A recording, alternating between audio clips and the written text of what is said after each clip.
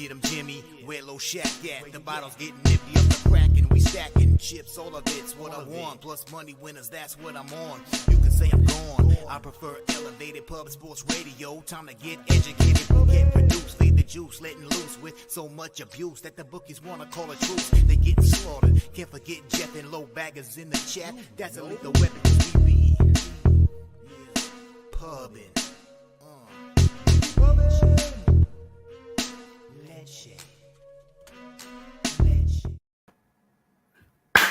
Hello, everyone. Welcome to Pub Sports Radio. My name is Peter Loshak. Today is Tuesday, November 8th. College basketball started yesterday. Hope you all either ignored it or enjoyed it. Of course, you want to not bite off more than you can chew in all areas of life, especially sports betting and especially college basketball. All right. But yeah, it is going to be a fun season this year. We will cover it. I'm not prepared for the college basketball slate today. I'm easing into college basketball, although I did take a shot with Sacred Heart. That line is getting bet up. I don't even know where it is right now, but we will cover college basketball on this show. Today, though, I'm going to skip it. Not fully prepared. We got NHL and, of course, Maction. You know, Maction is fun. And a little bit unique and idiosyncratic. In general, I feel like I have a pretty good handle on it. In general, I feel like I have a pretty good handle on college football this year in general. I believe in last week's show, I mentioned the Ohio State under and Northwestern plus 38 or whatever it was. That was a good bet. This week, not so much as of right now. I did hit Appalachian State, though. I'll tell you that right now. We can talk about other college football stuff when we get to Maction today. It's going to be fun. We got the comments section. We got a huge NHL card, no NBA. And, of course, we've got Mr. Gokster joining us to break down NHL. I got the money numbers from Sports Insights. So it should be a good show. We'll quickly, we'll try to keep a brisk pace, make it a short show, and look at the comments section, look at a few comments, and then jump right into NHL with Mr. Gokster. Shout out to everyone at Pub Sports Radio, Slaughter. Shout out to Jimmy the Bag. Shout out to Jose Bouquett. Shout out to everyone. Let's look at the comments section. Let me just click on there. Jay Peasy, Rez Mob, NJ Striker, Dan Kelly. Hell yeah, Dan Kelly. Look at that. Cavs to win the Eastern Conference. Wow. Okay. Thank you very much, Dan Kelly. Man, last week's show, unreal, Dan Kelly, right? You said Bulls fourth quarter, no-brainer, obvious play, and the data supports it. And that is, in fact, that was a winner. Shout out to you, Dan Kelly, DC Capper. All right. I think we're going to have a good show today. Sammy Comer, shout out to you. Of course, we need everyone's opinions on NHL. NHL is interesting. You know, it's an interesting time of the year. Some of the obvious value that we saw early on has maybe evaporated, but we can now start riding the wave, and the wave usually gives a few plays each card. I think I'm seeing some stuff, but I don't want to mention it until we talk to Mr. Gokster. And, of course, the most important thing today is I just want to remind everyone, please don't vote. It is the stupidest shit ever. There's only a few things in life more stupid than voting. So I just want to remind you, if you're thinking about voting, don't. If you're not thinking about voting, don't start. It's incredibly stupid, and don't vote. I'm not going to vote, and you shouldn't either. And I hope Jose Bouquett is not going to vote either. And I hope Jimmy the Bag is not going to vote either. And I hope Slaughter is not going to vote either. Although if any of them do, that's fine. We won't judge them. But just a friendly reminder from your boy Pete over here. All right, let's check the comments section. Creekman. And let's Spencer Penyej, shout out to you. Hell yeah. All right.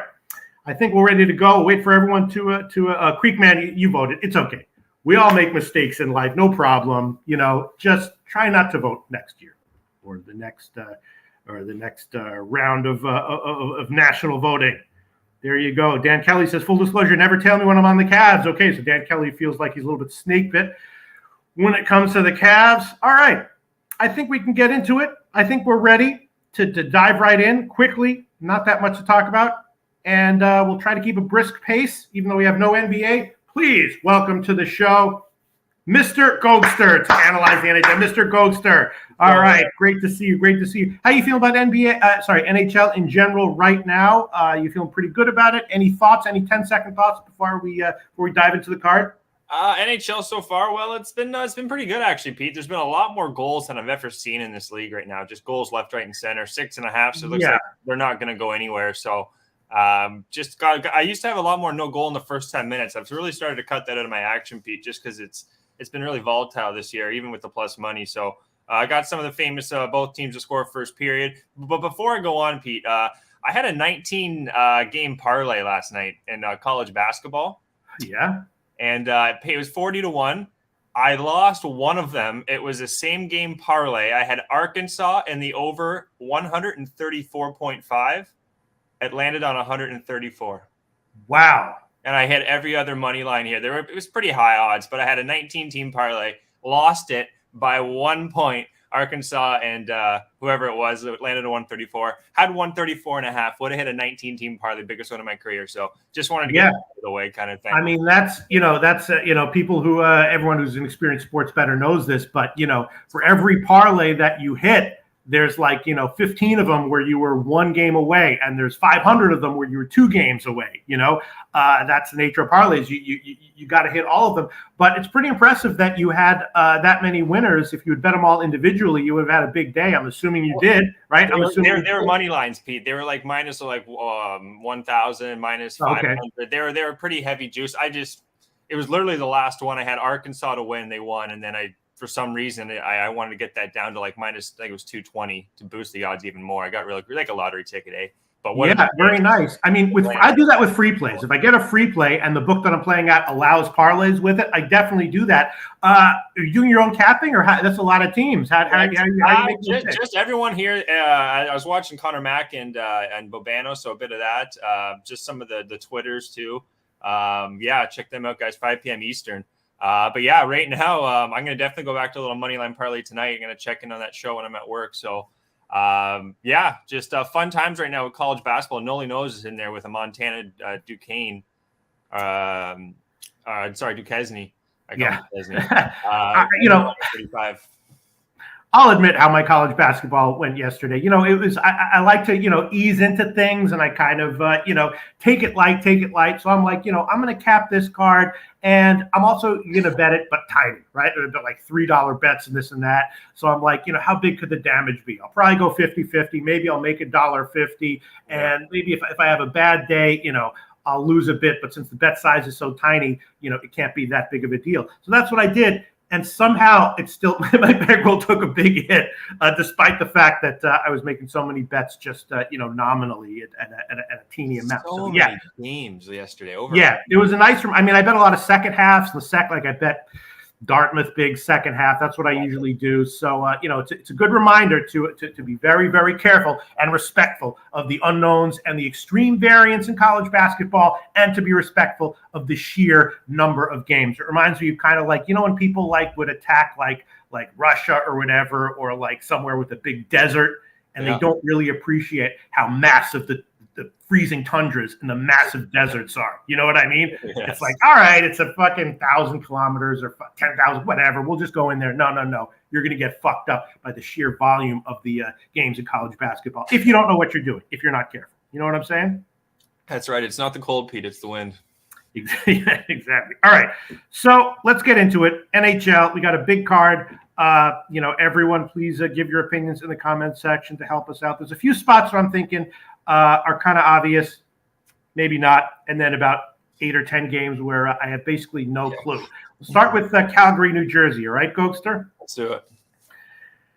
Calgary's on a back-to-back, right? They lost the Islanders last night. They've lost 5 in a row. New Jersey is rolling, right? They won 9 of 10. The last one was an OT win at Calgary.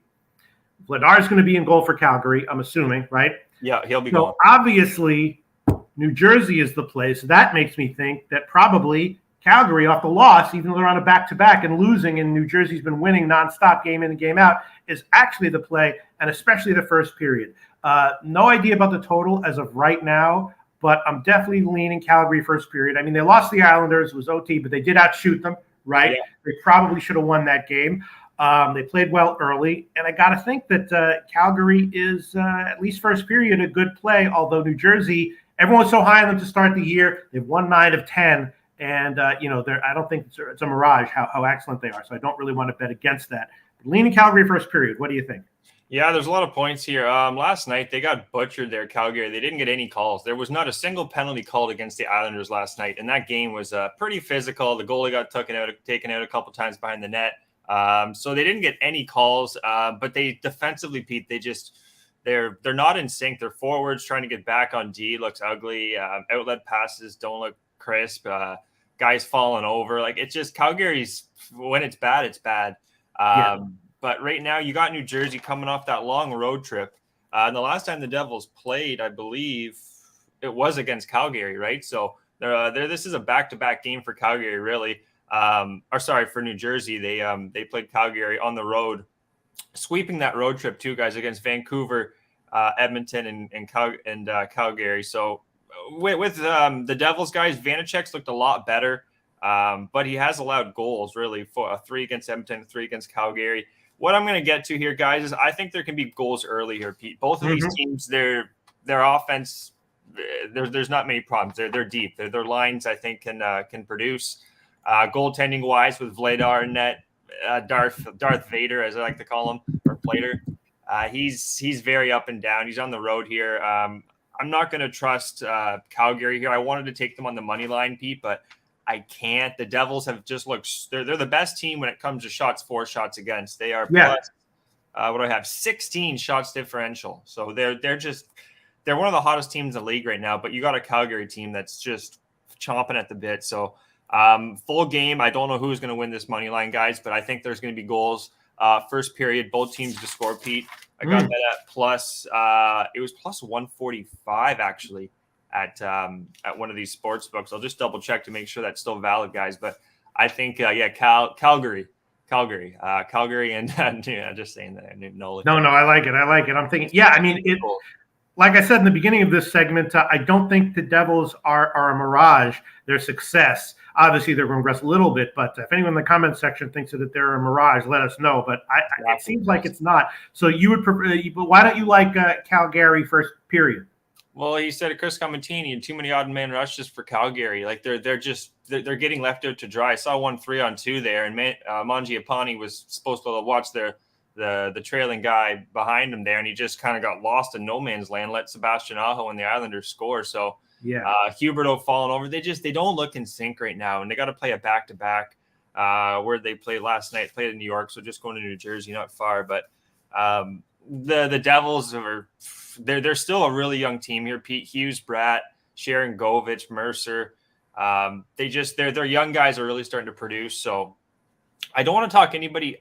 It's tough. I leaned towards Calgary. That's what I had written down, but I scratched it and went with both teams to score in the first period because the Devils have proven they're scoring against anybody. They're just, and their goaltending with Vanacek, that was Washington's kind of leftover that they have, and Blackwood's on the shelf. So Vanacek he's a bit of a question mark, to be honest, but he has been playing well. So yeah, let me quickly. I just got to post a link to today's show. Yeah, I actually wanted to ask you about that. In the beginning, you touched on it of the NHL segment, but we won't get into it now. But for a while, it was obviously the totals were too low in the NHL, and betting overs was the way to go. The market has pretty clearly adjusted. We're seeing 6.5s in most games. And, I'm not exactly sure at what point we want to reverse course, but we won't talk about that in general right now. But I did want to talk about it in the beginning of the we could see a 7. I know it's this is a different game, Ottawa, Vancouver, but that could be a 7, to be honest, Pete. Yeah. All right. So you took we want to keep a brisk pace here. I'm thinking about so you would prefer first period over as opposed to Calgary first period, huh? Both of these teams, their offenses are both are both strong enough where I think they could. It comes down to the goaltending with me, guys. If you know me, I'm all about goaltending, and both of these goalies I don't trust to be honest, Pete. And these offenses they can go, and you got a team that are coming off a back-to-back. They've lost 5 in a row. Only thing I don't mind that look, with Calgary, because the Devils have came off a long road trip here out west, so it's their first game back from being out west, Pete. And I wouldn't talk you off that Calgary first period. I really wouldn't, but I'm going to rock with the both teams to score. All right. whatever. I'm going to make both of them official. I'm going to take the first period over 1.5 minus 160. That's a current line at Heritage. I'll take that one. And I'll also take Calgary first period, although I just feel like they got to come in here kind of pissed. You know what I mean? They're going to be salty, right? You got to think, like, this is a much better team than, like, I projected this team to be a top 5 team in the league. Into the year. So you got to think it's going to change here eventually for this team. Even St. Louis is another team that's struggling big time that I didn't think would be nearly as bad. So, but they've had injuries, right? Somewhat, not that bad from what I'm seeing. No, it hasn't been that bad for the Blues, to be honest, Pete. I'll look it up, but it hasn't been that bad for the Blues compared to some other teams. Like even the Flyers, they've been playing a lot better with the injuries they've had. All right, Rock. Okay, I'll take the first period over 1.5 minus 160. That's current line at Heritage, and Calgary first period plus 111. That's the current line at Pinnacle. I'll take those.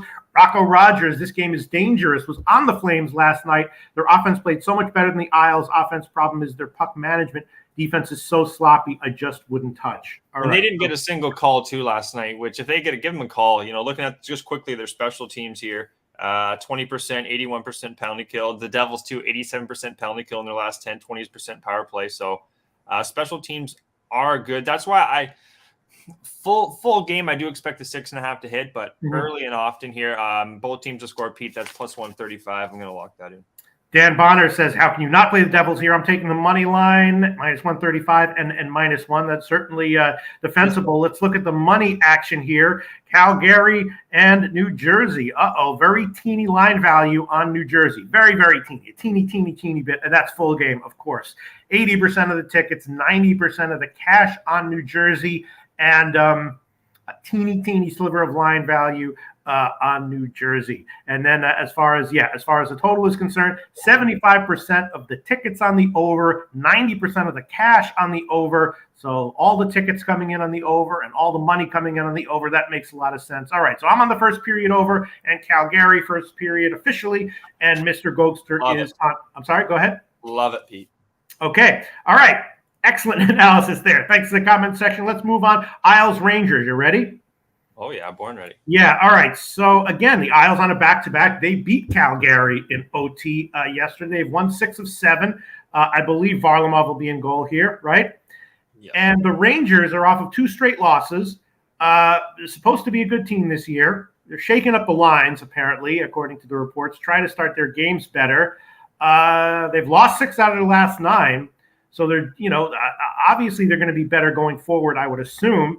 How much better will they be, and are they fundamentally good enough to be this big of a favorite against the Islanders? Chesty, I'm assuming, is going to be in goal for the Rangers. And it's one of these classic situations where you've got a big underdog that's won 6 out of the last 7 or whatever, going up against a big favorite that's lost 6 out of the last 9 or whatever. I'm still leaning Rangers minus 1 and leaning Rangers first period to shake up their lines and come out strong here. What do you think? What's your take on this one? Is this just a trap that only a sucker would bet into, taking the Rangers as a huge favorite, despite the fact that they've been very mediocre at best over the past 10 games? Oh, I was all over this one, Pete. I'm with Rocco here. I love the Rangers here. Like, the line's telling you that then, isn't it? 179, and I think one team's won, 6 the last 7, the other one's lost, and the line's that. Goaltending is the big reason here, Pete. You got Shesterkin versus Varlamov. That alone, it's Rangers. And then you got the spot of them losing their last 2 games. They won against they beat Philly, only 1-0. So their scoring really has fallen off. But you got a goaltender in Varlamov, lost 3-0 against Detroit. They won 5-4 against Colorado, still allowed 4 goals. And then he lost against Florida 3-2. So this is not the spot where the Islanders usually get their W's. The line's telling you that. I'm all over the Rangers 3-way here. Regulation. This is when I was doing my research last night. This is the one I circled right away. Right away, I was right minus 115. I'll take minus 115 Rangers. I'm also going to take New York Islanders team total under 2.5 feet. That one I like too. I don't, because when the Rangers do come back from these bad losses, the Sturkin in net, it should be a lockdown win. Like, even the under, I think, could hit here.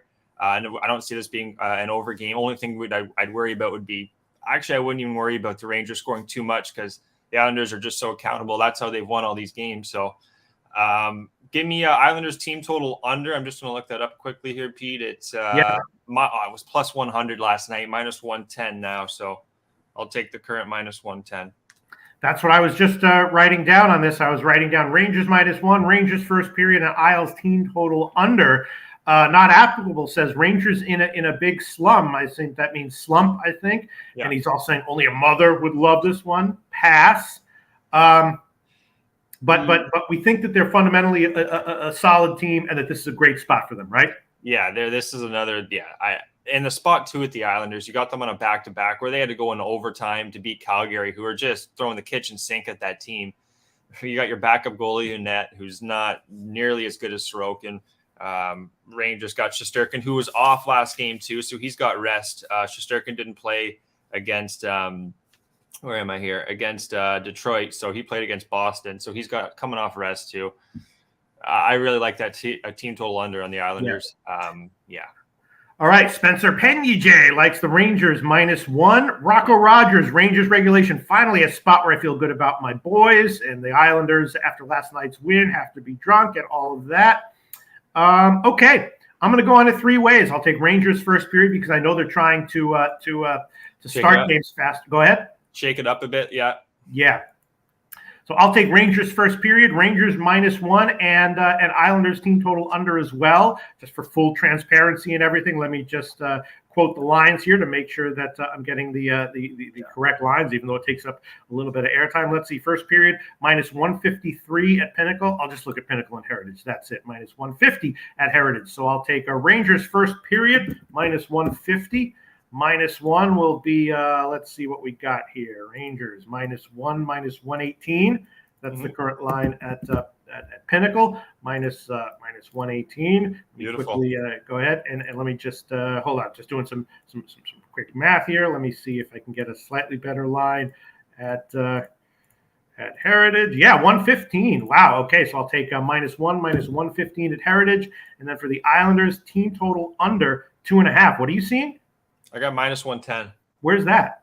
At what is it called? MGM. Yeah, I'm seeing +105 at Heritage, which is not a great sign. Heritage is kind of a good book, and then there's -101 at Pinnacle. So that's not a good book. That's not a good sign that all these sharp books have better lines than what you're seeing at MGM. I'm not scared, Pete. Jesus. No? What is it? I'm +102. Give me the +105 at Heritage. 105. Oh, yeah. When it comes to hockey, I'm not. Screw. Yeah. I mean, the Rangers can be good defensively, right? They're fine defensively. And Chesty's good? Chesty's great. He's up there and he deserves it. He's up there with Shesterkin. Their penalty kill is 84%. Islanders power play in the last 10 games is 13% too. If they do go on the power play, it hasn't been much. -1 shots differential in their last 10 games. Rangers are +5 shots differential last 10 games. If the Rangers lose this one, I'd be highly surprised. Like, this is my favorite play on the card. And what do you think about the Rangers team total over? I don't want anything to do with that. What is it? 2.5 heavy juice? 3.5 +100. No, I don't want that. Okay. All right. Well, I'll take the 2.5 +105. So I'm on Rangers -1, -115. Rangers first period -150, and the Isles team total under 2.5 +105. And Gogi, what are the 3 plays you're on again?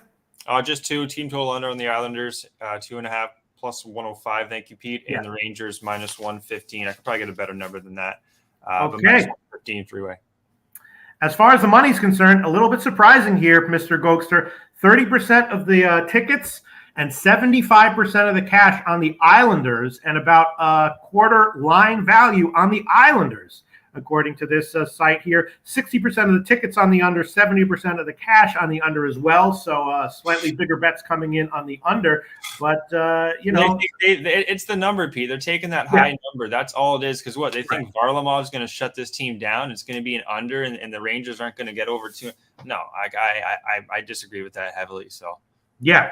Absolutely. So the market and the smart, sharper money is telling us that we are wrong and we don't give a fuck at all. Let's see what the comment section has to say. That I do give a fuck about. That does care. I mean, wait, let me see. I do care about that. Let me see. Yeah, Rocco. No, Nutflesh Allen says his dad is headed for emergency heart surgery. We're praying he makes it through. Okay, Nutflesh Allen. Yeah, prayers for you. I hope everything goes well. Shout out to Nutflesh Allen and your whole family. Man, all right. Have an okay day, Nutflesh Allen. Much love to you. And shout out to you. Positive thoughts. Absolutely. Everyone gives some positive thoughts. Yeah. Nutflesh Allen and his dad and his family. Yeah. Wow. Okay. Prayers, Nutflesh. Absolutely. All right. Okay. So let's see if anyone's saying that. Noli likes the under too. Mr. Unders likes the under here. Yeah. Spencer Peniget says big goalie difference with Varlamov. Absolutely. Okay. Let's move on. And again, there could be some sharp money that watches this show and comes in big on the Rangers and changes all those sharp money reports closer to one more thing quickly too. The Rangers have gone up against Carter Hart, Allmark, and Husso, all goalies that are top 10 in the league right now. Now you got Varlamov a backup. I'll leave it at that. All right, here we go. This is a tough one. St. Louis and Philly. Philly, a small home dog. I haven't checked to see where the recent line move might have been, but overnight, Philly was a small home dog, and of course, St. Louis on a back-to-back lost at Boston yesterday. They've now lost 7 in a row and just not scoring. And Philly, got a nice win as a dog at Ottawa in their last game. They lost 3 in a row before that, but they were playing close as a big dog. They're still a scrappy team. People are expecting them to fade off, and that probably will happen, or maybe not, but it's likely to happen based on preseason assessment of this team at some point this year, but it hasn't happened yet. They're generally a pretty good bet, getting 1.5 or 2 as a big underdog against top teams in the league. Now they're going up against a team that's really struggling to score. They're a small home dog. Is Philly the obvious play here? Well, what's up with St. Louis, Mr. Gokster? I think the under's got to be the obvious play then, Pete. St. Louis can score. Philly, they don't have much offense. They have 2 lines. Their third line, Noah Kantz, Sedlak, McEwen, Delorier, Frost, and Lazetsky. The guy got probably from Lehigh. They have 2 lines that are okay for offense. Defensively, Provodov, D'Angelo, which has been their nice addition. They're very accountable defensively. And then you got Carter Hart, who's been one of the I said, top 10 goalie in the league. So 6.5 seems way too high for this game. Yeah. Is it still 6.5? Let me see. But my note on this game was under. It seems very obvious. No, it's 6 now. 6, yeah, shit. At least the pinnacle. If you shop around, you might be able to find a 6.5. But I just don't see how you can get a lot of goals here. Really, St. Louis, they're inept. They can't score at all. I don't know if they're getting bad puck luck. I watched a bit of their replays there. 5-1 loss too. They got Greiss going in. That's another thing. Greiss had a 5-1 loss against LA, 6-2 loss against Nashville, 4-0 loss against Winnipeg. Greiss has not been good. So, but then the thing is, this is the spot for Greiss, I think, to have a decent game against Philly, who, to be honest, they've won their last. They're coming off that win against Ottawa, coming off a bit of a road trip too. So first game back, I do like taking the unders. I lean to the first period under and the full game under here, Pete.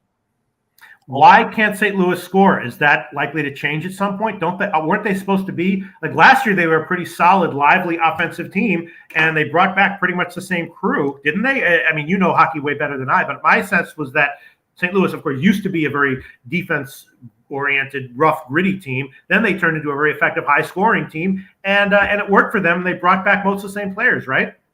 If this is really their defense there's no change from what it was last year. Brandon Saad, O'Reilly, Barbashev, Buchnevich, Thomas, Tarasenko, same guys. You got Jake Neighbors, guy they called up, Braden Shen, Cairo on the third line. There's no reason for this team. Same with really Calgary. Those 2 teams should not be slumping like they are. So, what's the number to it? It was you said Philly was favored there, Pete? No, Philly was a dog on the overnight line, and now they are, they're still a small dog, but there's been about a 10 or 15 cent move in their favor. It's the back-to-back 2 loss at Boston. I don't like that for even both St. Louis and Calgary are both in kind of tough spots there, but Philly, I think this is an under, guys. That's where I'm going to, leave it at. I have no reason really why St. Louis isn't. I think they're not. To be honest, they're puck luck, Pete. That's the thing. I think like they're not. Their puck luck's been pretty bad. And then you got Binghamton and Grice, who your goaltending. I still don't know why they got rid of Husso. That's really they had Husso, Pete. I think it's night and day. I know in hockey you have a good goaltender. It's just it's like a good pitcher on the mound. You just feel more confident. So yeah, it's defensively. I don't. They've been a bit of a letdown there with Justin Falk, but they got Nick Leddy, Krug. Like their team hasn't changed really at all, guys. Unless people in the chat, can tell me otherwise. But no, yeah, I mean Chris Comatini says Blues just in a slump, so that's implying that they should pick it up in a big way offensively at some point, right? At some point, I don't know if this is the spot. This is a game I don't see offense. That's for sure. Blues team total under. They haven't been able to score at all. I know I was on that a couple weeks ago. Dan Bonner likes the Blues team total under 2.5 at plus 135. I can get 3.5 at minus 140 at Heritage. Special teams here. They're not the greatest. Penalty kill last 10 games, 75% for the Blues, 74% for Philly, 23% power play for St. Louis, 19% for Philly. So special teams have kind of a wash there. Yeah. Philly's a -4 shot differential, so that just tells me they're a defensive team, rely on their goalie a lot. So yeah, I think I'm going to hold off on this one just because it's just I don't know. It makes a team on a back-to-back that should be playing better off a 1-goal game. They might come back with some fire under their. It's just like Calgary, Pete, tonight against the Devils. It's the same thing. Yeah, it's the same thing. Yeah. All right. I'm going to pass as far as the money is concerned. No line value either way, but the vast majority of the tickets and the money on Philly, 85% of the tickets, 75% of the cash on Philly, and everything on the under as well. 70% of the tickets, 85% of the cash on the under. And we have seen a half, it was 6.5 on the overnight, not even juice to the under, just a straight 6.5. Now it's 6 juice to the under. So it could be a sneaky no goal 10 minutes. I'm not going to play it, but yeah. Coming to all right, pass for me, pass for Mr. Gokster. Let's move on. Next game on the card is Vancouver, Ottawa. Vancouver started the year awfully. Now they've won 3 out of their last 5. They still feel unreliable. Ottawa suddenly 5 straight losses. I think they're due for a nice bounce back in form in general. They should be much better than what we've seen. The last 5 losses overall might be a little bit forgivable. It was a little bit of a tough slate of games there, and I'm thinking, and Cam Talbot's back for Ottawa, of course. Thinking Ottawa might be the play here. What do you think? Yeah, I remember I said when Norris went down a couple weeks ago, well, it started to kind of hurt their team. Like I know it's one guy, but they shook the lineups up. It's taken them a while to get around. Just their scoring kind of. Just let me get to Ottawa here. Where are we? So many notes. Right at the bottom here. 2-1 loss against Philly, 5-4 loss against Vegas, which they actually came back big time, Pete. They were down like 4-1 going into the third period. 4-3 loss against Tampa. They're starting off the games. They're allowing too many shots again. Their defense, Pete, they got half these guys from Belleville. As you guys know, I'm in Belleville, as Jimmy lets everyone know. They got Shabbat. They just called up Jacob Bernard Docker. He's okay. He's not like Belleville hasn't been that good of a team defensively. He's on the first line with Shabbat, Jake Sanderson, rookie. Just not. It's tough for him defensively. Eric Brandstrom, Holden, Hamonic. They got problems defensively right here, Pete.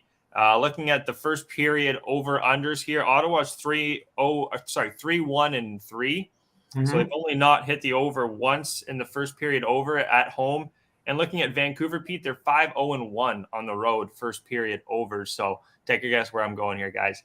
Both teams to score first period, Pete. I'm pretty high on this one. Vancouver, they're coming off that 4-3 loss. It was a bad 4-3 loss, too. If you guys watched, Bo Horvat had a penalty shot and just not a penalty shot, sorry, a shootout. I think he was the last shooter and just lost the puck right off his stick, Pete. It was embarrassing. That's how they lost the game. Straight up embarrassing. So also they were up, I think 3-0 to Nashville, blew that game. So I think Vancouver's going to be pissed off. Ottawa too, lost their last 5. They have offense defensively. Both of these teams. I can't talk about Ottawa's defense without really talking about Vancouver's defense too, because Demko's look bad. Talbot should be a bright spot for this team, though. I just see goals left, right, and center. If you can get any one of these teams at plus money live, I would take it. All right. Well, Adolph Potato likes Ottawa to win 5-1 or 4-2. Not applicable likes an over. Rocco Rogers likes Ottawa. Sammy Culmer likes Ottawa money line as well, but the line has moved in Vancouver's favor, and supposedly there is sharp money coming in on Vancouver. I'm just reporting the numbers here. 40% of the tickets on Vancouver, but 60% of the money on Vancouver, and half line value on Vancouver. Just reporting what I'm seeing here, and then everything on the over. Yes, 85% of tickets are on the. Go ahead. This isn't over, and it's the defense for Ottawa, guys. It's just there's problems, guys, and it's not been fixed. Shabbat, I'm not a big fan of Shabbat, and he's their number one there. Talbot, we'll see. It's his first game back. I actually know he came in for Forsberg, looked really good against Vegas, but defensively, I still can't trust Ottawa. And they're going up against a team, in Vancouver, who, again, defensively, they're not – both teams are ass, guys. And looking at the side, it's tough. It's tough. I wouldn't – like I said, give me plus money at some point live, plus 150, plus 200 or something, and just make a slight profit, because I think this is a goal fest. I think the total should be 7, Pete. I really do. Well, it's getting there. It's 6.5, juice to the over. It might close to 7. It might close at 7 in some places. So how big of a deal is Cam Talbot coming back? I remember in the beginning of the year, people were like, "Oh, Cam Talbot is out. That's big." Well, it is. Like, Forsberg's good to a point. Like, he was relied on a lot. They brought in Hellberg at one point. I think he's actually a lot better than. I think he should have started more games in Forsberg. But Talbot back, he looked good. 13 saves. I think it was 13 of 13 against Vegas. And he didn't seem like they rushed this guy back, so he should be better. It's just the defense in front of him. That's what I want to see. How he's going to be for full 60 minutes. And Vancouver, they can go. They're both of these teams are going to be susceptible. But again, I don't want to talk anyone off Ottawa, because they lost their last 5. Talbot should help them here. It's just I got to see more defensively out of Ottawa before I trust them, and this is a team that can score in Vancouver. All right, well, shout out to also Mike M. Pimp Slap play of the day is the under in the Philly game, and he's making it at 6. Doesn't care that it's down from 6.5 to 6. Pimp Slap play of the day, Philly game under 6. Shout out to Mike M. Wow. All right. So yeah, it's everyone liking overs here. Chris Comatini over, not applicable over. Yeah. And everyone on Ottawa money line. Besser looks like he's in too. He was practicing. I think it was last night there, or in the afternoon. So Besser looks like he's going to be playing, which is a big offensive boost. All right. Well, we'll move on quickly. But why would supposed sharp money be coming in so big on Vancouver? Well, having Besser in definitely helps this team. Defensively, I think if there's sharps that really – both teams are bad defensively, Pete. But I would just say that with Ottawa right now, really without Norris, he produces so much offense. You got Brassard centering the line with DeBrincat and Batherson, Pinto with Mott and Joseph. It just seems like their line combos, it's not all working too well. They got Drew now actually up with Stützle and Chucky. So Ottawa is still trying to figure some things out, where I think Vancouver, they can, they scored 8 against Anaheim, 3 against Nashville, only 2 against the Devils. Both these teams, though, they're bad at closing out wins. I got nothing on the side. I don't know why the money's just moving. I guess. All right. It's pretty much even, Pete. It's pretty much even. So I think the line's right where it is. Okay. I think you're right that there's going to be offense here. I'm going to take both the first period over and the full game over. First period over 1.5 is minus 160. That's the current line at Heritage. And I am going to take the full game over, but I'm going to do a classic ill-advised pussy move here. I'm going to go to Heritage and buy the 6 at minus 170 instead of taking the 6.5 at minus 130. That is mathematically probably a slightly wrong thing to do. Also, there's probably higher volatility than normal here. But I'm going to take the over 6 minus 170. That's a line at official play, and that's current line at Pinnacle, and the first period over. What are you taking, Gokster? I just got both teams to score here in the first period. I got it. It was plus 135. Okay. All right. That's still all right. Sounds good. An interesting game. And again, supposedly as of right now, half line value on Vancouver, and the line has moved in Vancouver's favor, even though everyone in the comment section is like in Ottawa, and that's how I was thinking as well. All right, I just don't feel like Vancouver is a reliable team right now. Coin flip. I got it's a coin flip side. Like we say, I love the over. I got plus 140 on both teams to score first period. All right. Next game, Vegas and Toronto. This is an interesting one. Obviously, Vegas, awesome. Now 7 straight wins, playing great defensively as well. Toronto, just kind of a classic Toronto team, kind of a little bit hard to predict. They definitely have talent, but they disappoint all over the place. And then sometimes they'll put together a string of 3 or 4 eye-poppingly impressive wins against quality opponents. That's where they are right now. They've won 3 straight. So now they're at home as a small home favorite against a legit awesome team, Vegas. Calgary's now in goal for Toronto. Samsonov out. I don't know. I was thinking under because Vegas is pretty much, I think, an auto underplay until further notice, or under or pass team until further notice. What's your take on this one, Vegas, Toronto? Just looking at Logan Thompson here, his numbers. He's had 4 road games. He's 3-1, but the amount of shots he faces, Pete, there it's compared to what it was at Henderson. It was an NHL team, but he only faces 21-19, 29-29, 23-22, 25-22. A couple times he's faced 40 shots, but the Vegas defense in front, they're really good at not letting pucks getting through to the goalie. So are just causing disruption with teams coming through the ice. So right away, I do kind of lean to the under here, Pete. But Vegas has had a high trend of the over of late. This is their 4th road game. They played 3-2 win against Washington, 5-4 win against Ottawa, 6-4 win against Montreal. A lot of goals there. So, and then Toronto on the other hand, that was really impressive. The last 2 wins, guys, as a Toronto fan, that's probably been the best 2 wins all year, and that was with Calgary. With Calgary in there, he didn't play against Boston, I believe. That would have been Samsonov.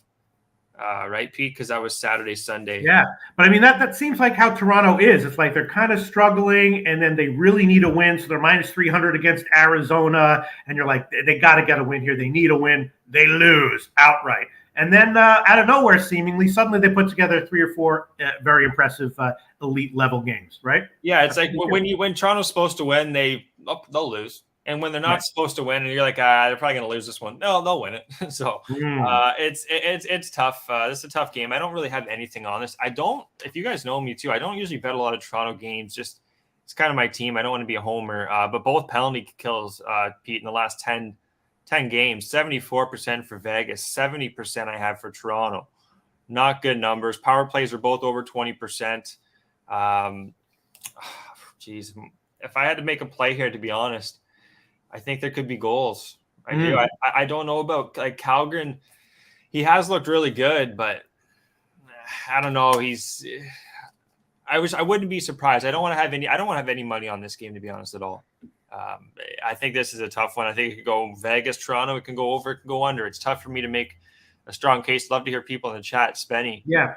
I mean, Toronto's success has come defensively, right? In these last few games. It has, and that's something that you haven't seen from Toronto, which is a really good sign. 2-1 against Boston, 3-1 against Carolina. Those are 2 of the top offensive teams, really, in the East for sure. 5-2 against Philly, and those are off of before that too. They lost 3 games in a row, so they're really hot and cold Toronto. Calgary on the road against Anaheim, they lost 4-3, and that was the game where they just crumbled. They crumbled. I don't want to talk anyone off their plays here. Unfortunately, I don't have as much action as I'd want on this game. But Pete, they grinded out an ugly win. Billy says against the Canes. It's tough. I kind of do lean to the under, just the way the trends have been going. But the goaltending kind of tells me otherwise. Even though Thompson has looked good, but 4 against Ottawa, 4 against Montreal. He's going to play another one here against Toronto, who do have offense. They don't have they're pretty healthy offensively, guys, unless tell me otherwise. But Well, Rocco Rogers took Vegas at plus 115. Not going to stop riding them until they show they're not the best team in hockey. Billy Friedrich likes Knight's first period. Let's take a quick glance at the money here, if that can shed any light on it. And it does. We got some light. You ready? You ready, Mr. Can I take a guess? Can I take a guess? I'll take a guess here. I'm going to say. I mean, there's only two that it could possibly be, but go ahead. Yeah. No, I'm going to say money's coming in on the Vegas and the under. 60% of the tickets are on Vegas. 75% of the cash is on Vegas. According to what I'm looking at right now, full line value on Vegas. Full line value on Vegas. 50% of the tickets are coming in on the under. 95% of the cash coming in on the under. Wow. That's like I said, this is a tough game. Not according to the sharp money. Well, they love Vegas, but what about that over under? Was it not split there, Pete? Kind of, or was it 50% of the tickets on the under, 50% of the tickets on the over, 4% of the cash on the over, 96% of the cash on the under? Yeah, I do lean to the. I don't want anything to do with this game. You know what? Great for the Sharps. Good for them. I wish them luck in this game because I don't want anything to do with this one here. One thing though, Jack Eichel has looked so good in this year for Vegas. He's been a real bright spot. So, more I think about this, I think this is going to be a shootout. I do think this is going to be a shootout, but I don't want anything to do with it. And I think Toronto could win this game too, to be honest. So. I'll leave it at that. I think Toronto can win. I think it's going to be a high-scoring game. All right. Well, I'll tell you what. I am going to trust I was leaning under anyway. I want to take the Toronto team total under, but it's 3.5 minus 142 at Pinnacle, and Heritage has 140. Jeez, you know what? I'll trust them. I will take that. I'm gonna take Toronto team total under 3.5 minus 140. That's the current line at Heritage. Could easily see like a 3-2 or 3-1 Toronto win where the team total under cashes. Anyway, I'll take it. Toronto team total under 3.5 minus 140. I'll take that, and I might just throw on the under full line value on Vegas. Man, they're just like the sharp money is just like. Yeah, Toronto won 3 in a row. That's it. Done. They're not going to win 4 in a row against the top team. Wow. That's when they win. Is it? They win. That is when they win, huh? That's when they win. Yeah, I don't know. I wish you luck, Pete. I don't know, man. I don't want anything to do with it. The more we're thinking about this and kind of humming and hawing, I think there's going to be goals. I do think there's going to be goals. All right. I was going because it's such a cheap price. I was going to add on 6.5 under as well, but I'll just stick with the Toronto team total under 3.5 minus 140, and hopefully this big sharp money is smart is correct on one of those, and I sneak away with a cash there. Toronto team total under 3.5 minus 140, current line at Heritage. All right, let's move on. Montreal and Detroit. This is an interesting one. Detroit playing very well, right? They've won 4 out of 5, getting some nice results, playing very good defensively. Husso seems great. Montreal losing, but playing generally okay as a big dog, and here they are again as a big dog against not necessarily an elite team, but maybe an above-average team. Detroit very impressive. Montreal a scrappy a dog this whole season long so far. I was leaning under as well, but aside from that, no real opinion. What do you think? Well, Anderson's going to receive a 2-game suspension Sunday for boarding against Pietrangelo, so I believe he's still out. Anyone in the chat can tell me he's not, but I believe he's still out, Pete. So that does hurt Montreal a bit here. Just look at some quick injuries here. Jake Wallman, he's out here. Defense, not a lot of injuries for both teams. Well, Sundqvist too. But in this game, originally I had down, guys, Detroit. I want to take Detroit. Husso has been just unbelievable, Peter. He's had a shutout against the Islanders. He allowed 1 goal against Washington. He allowed 1 goal against Minnesota. He's been lights out. All those games were at home too. He's got another home start. The only thing I'd worry about would be just a letdown for Detroit here a bit offensively would be the only thing I worry about. Montreal coming off a 6-4 loss against Vegas, 3-2 loss against Winnipeg, 4-1 loss against Minnesota. Everything tells me Detroit, but I wouldn't be surprised if Montreal wins this one. So I originally had team total under on Montreal, Detroit, but I'm going to lay off this one, guys. I wouldn't be surprised if Montreal do sneak a win out here. Allen should be in net, and he's coming off that 6-4 loss against Vegas, who's a much better team. A better team than Detroit, but lean to the under here, Pete. And sidewise, I'm off it because I got points on both. Yeah, I mean, Detroit, it was going to be an improved team this year. We knew that, but now they're getting some serious line respect, aren't they? Minus 160 right now against a team that's been scrappy as an underdog. Let's take a quick glance at the money, and here we go. 67% of the tickets on Montreal, 80% of the cash on Montreal, and half line value on Montreal here, according to what I'm looking at. Go ahead.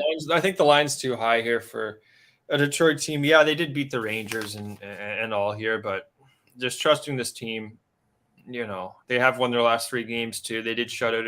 They've been playing much better defensively. I think this could be an under game, Pete. Yeah. They don't have Anderson too for Montreal.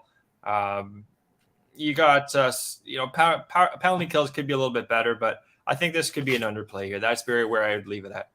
I was thinking under as well. 60% of the tickets on the under, 90% of the cash on the under. So big bets coming in on the under too. Yeah. So half line value on Montreal here. Bigger bets coming in on the under. Much bigger bets coming in on the under. I was thinking under as well. Yeah, I'm thinking of making maybe the Detroit team total under. Again, this could be another classic game where you get a big favorite that does win somewhat comfortably, but 3-1, 3-2, and your team total under at 3.5 cashes. It's just minus 120 right now at Pinnacle. What do you think about that? I know these teams. I'm just looking this up quick. It came in my mind here. Detroit, these guys played earlier on in the year, and Detroit shut them out at home 3-0. That was the second game of the year. And who was in net there for that game? You had Allen in net, and you had Huso in net. So it was a 3-0 game, not to 3-4 weeks ago. I do think this could be an under here, Pete. Sidewise, though. Sorry, I'm not too high on the side. I'm going to look at the comment section very quickly. We have Huso and Allen confirmed. What's your take on Allen in general? Well, he's okay. He's having a better. He couldn't be any worse than what it was. I think it was last year. He just was getting left out to dry. Montembeault had to come in net. Defensively, they do look a lot better with their young core that's come in. I don't mind Allen. I think he's a middling goalie. Where Huso, I think, is top on the cusp of top 10 goalie, I'd say, in the league. Yeah. Chris Comatini. Yeah. On my notes, Chris Comatini, it says this in all caps, THIS, all caps, this big of a line though. Chris Comatini says, should the Wings be minus 156? I say it all the time. Mediocre minds think alike. I'm with you. Cheshire Cat says, get the hell out of here with that minus 160. Yeah, I'm not taking it. Sharps seem to be on Montreal. I'm going to make the Detroit team total under an official play.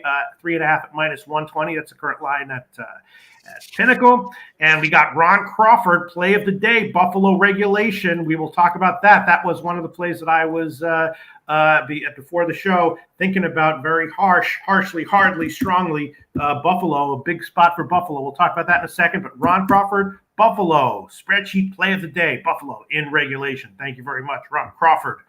Rocco Rogers, go ahead. Oh, sorry, just 72% penalty kill last 10 games for Montreal. You don't want Detroit going on the power play here. Now, I wouldn't think so. You're coming off those 3 losses. The last thing the coach St. Louis saying is, don't take penalty. The last thing you want to do is take stupid penalties in the first period, go down. Maybe a first period look Montreal, actually.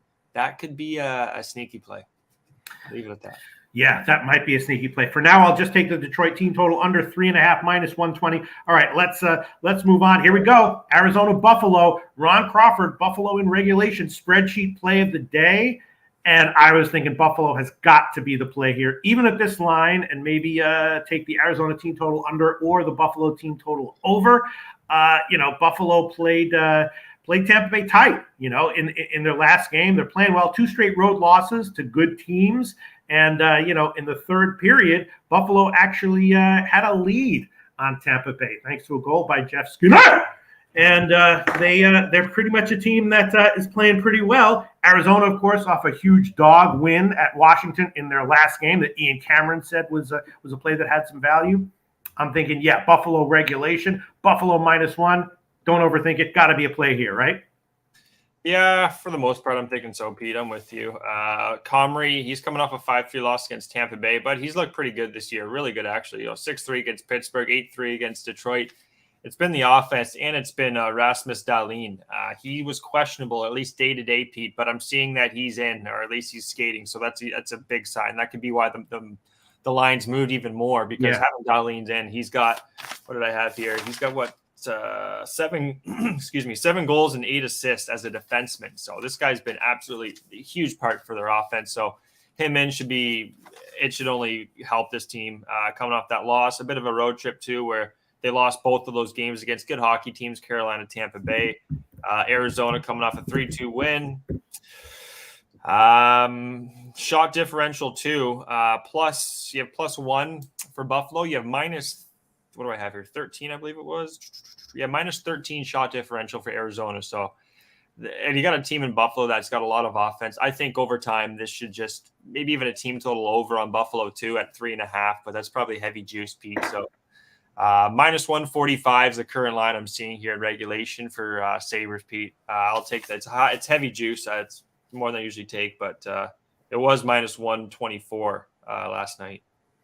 Yeah, there's been a huge move in Buffalo's favor, -190 when I was looking at it on the overnight line. Now it's all the way up to, holy crap, -240 at Pinnacle. We do use, current up to the second lines, nothing stale. So I'm gonna take Buffalo -1 at -159. That's the current line at Heritage. Buffalo -1 at 159. Yeah, if anyone doesn't know what I was doing, I was just when I freaked out pronouncing Skinner, I was just paying homage / making fun of Ian Cameron's way of pronouncing Skinner. Not that I am insane. I might be insane, but not because of what I just did saying Skinner. Those are completely separate issues. All right. Sorry to scare you. Not applicable. All right. I'm going to take Buffalo -1, -159. Ron Crawford's spreadsheet play of the day is Buffalo in regulation.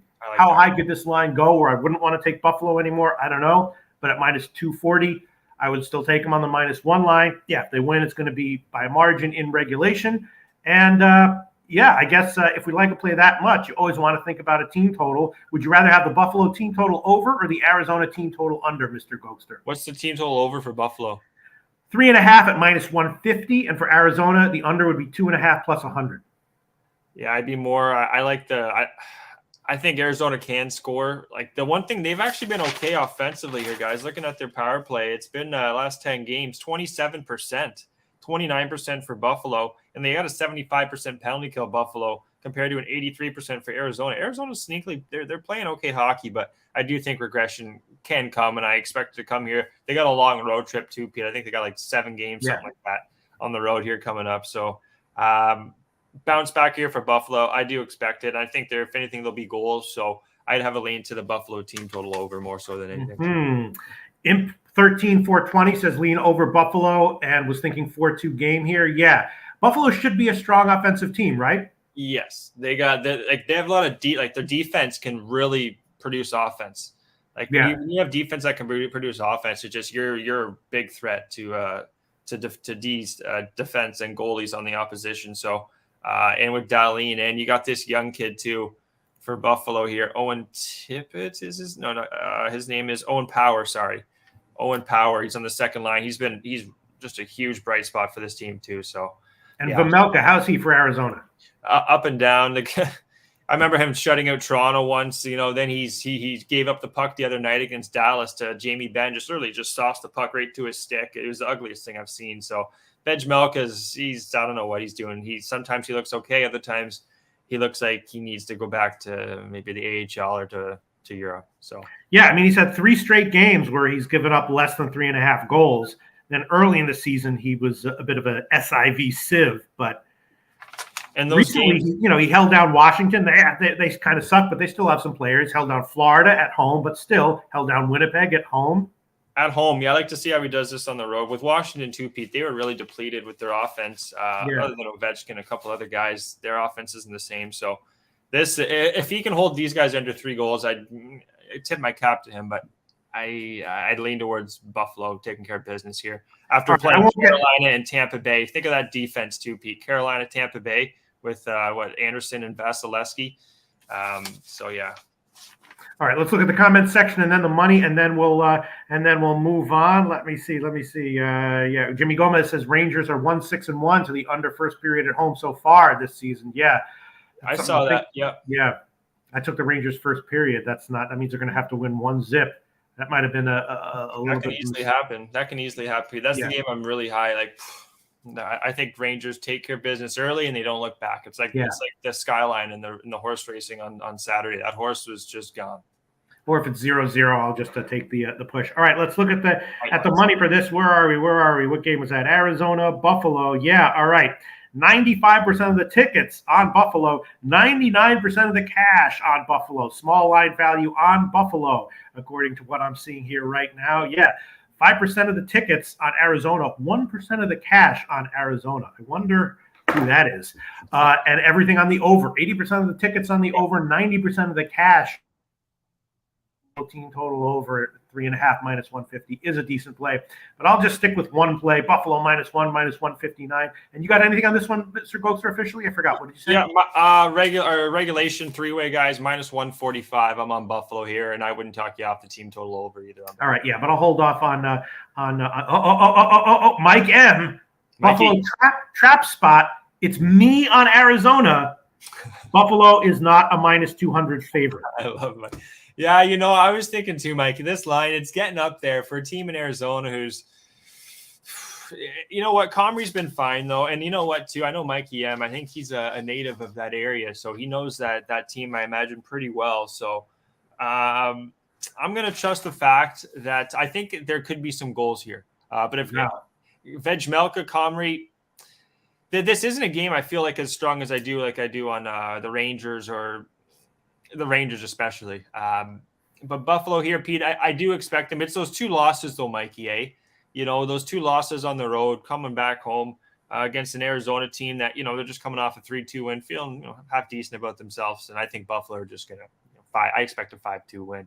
All right. Well, Buffalo in regulation is a spreadsheet play of the day. So the smart money on Buffalo, the stupid money also on Buffalo, and the average intelligence money also on Buffalo. Mike M on Arizona. There you go. He says, I do see goals too. Arizona as a dog has scored 3 every time. Yeah. And 80% of the tickets, 90% of the cash on the over again. So everything's coming in on the over. All right. We'll see. We'll see how it all shakes out. Let's move on. Mr. Gokster, Edmonton, Tampa Bay. Wow, this is an interesting one. God, I had Edmonton last night. I realized in retrospect the team total over would have been a much better bet. They're on a back-to-back. They lost at Washington yesterday, 5-4. They've now lost 3 in a row after a 5-game winning streak. Now they're playing Tampa Bay. Excellent team. The Lightning also just tend to win at home against Edmonton in recent years. I'm really not sure here. Tampa Bay is a -150 favorite or so. I guess that makes sense. Tampa Bay should be a favorite here. How big of a favorite should they be? I'm not exactly sure. We'll see what the comments section has to say, and we'll check the money numbers here. Tampa Bay, Edmonton. What do you think, Gogi? Jose, Edmonton, Tampa Bay there. Love you. Edmonton, Tampa Bay, Campbell, Vasilevsky. Campbell has not looked nearly as good, Pete. He's not – they're going to have to start winning games, like they have in the past, 5-4s. Like these high-scoring games, the Campbell 7-4 win against Nashville, 6-2 loss against Dallas, 6-5 win against Chicago. And then you got Vasilevsky. He's been okay of late, Pete, but, I don't know if, he's still Vasilevsky, but he's not the same Vasilevsky as he was, I'd say, the last 3-4 years. I'm going to say that right now. He 4-3 against Carolina, 4-3 against Carolina, Vasilevsky, 4-3 win against Ottawa, 4-3 win against San Jose. I remember in the past there against some of these teams, he wouldn't be allowing 3 goals in every one. He's allowed 3 goals in his last 3 games. So more I think about this, guys, I think there could be some goals here. I lean to Edmonton, but I can't trust Campbell in that. I really can't. But I do think there could be goals. I do expect Vasilevsky, though. Oh, no. Okay. No, you froze for a second. Oh, okay. I was going to say this. Cost me over $2,000. It better not be. But yeah, no, I think Vasilevsky should have a good bounce back spot here. He had a loss. He wasn't in net actually for that win against Buffalo, Pete. That was Elliott. So he's coming off a 4-3 loss, Vasilevsky. So is Campbell. I don't have anything on this game. I think there'll be goals, but I'll tell you what, Mr. Gokster, in baseball, one of my strengths, I'm really good at identifying legit elite starting pitchers, and then also really good at downgrading them exactly when they should be downgraded. I feel like in NHL, by far, my biggest weak spot is handicapping elite goalies and then downgrading them when they should be downgraded. I'm really bad at that. So Vasilevsky, you think is not, at one point he was like, opposing team total under or pass automatically. Yeah. Not anymore. I don't know. I don't think so. Not from what I've seen here. This spot against Edmonton would make me think that it's going to spot where he only allows 1 or 2 goals. Edmonton's power play has been 28%, 24% last 10 games for Tampa Bay. Big problem for Edmonton, Pete. They have a 68% penalty kill in the last 10 games. So Tampa Bay going the power play. Expect, the guys getting their spots, Stamkos, Point, Kucherov. I expect there to be goals. And with Vasilevsky, I got to watch a little bit more, but just from the numbers that I've been, that I document in the last few years, it's they've been falling off a little bit for Vasilevsky. So let's just see what happens with that. Where guys like Ottinger, he's only going up. I remember he was kind of okay. People were talking a little bit. I remember seeing him. When it comes to just post to post quickness, Pete, anticipation of play. Those are a lot of key things I look at in goaltending, and Ottinger checks that box. Too bad he's hurt. I'm going to keep a close eye on this game with Vasilevsky in net, but I lean to some overs here. JP says Campbell looks horrible. I haven't actually looked at him, but I trust him. What do you say? He does. That's what I was saying too, JP. Yeah, Campbell, he allowed 6 goals against Dallas, 4 goals against Nashville. They won the game. 5 goals against Chicago. They won the game, but it's only because Edmonton's scoring goals. So, and the 68% penalty kill, it's not going to be good here. So, I have not a strong lean to the over, but I do think there'll be some goals. Nothing on this game though. Spencer Martin, Billy Friedrich says Spencer Martin confirmed in goal for Canucks, so it's not Demko.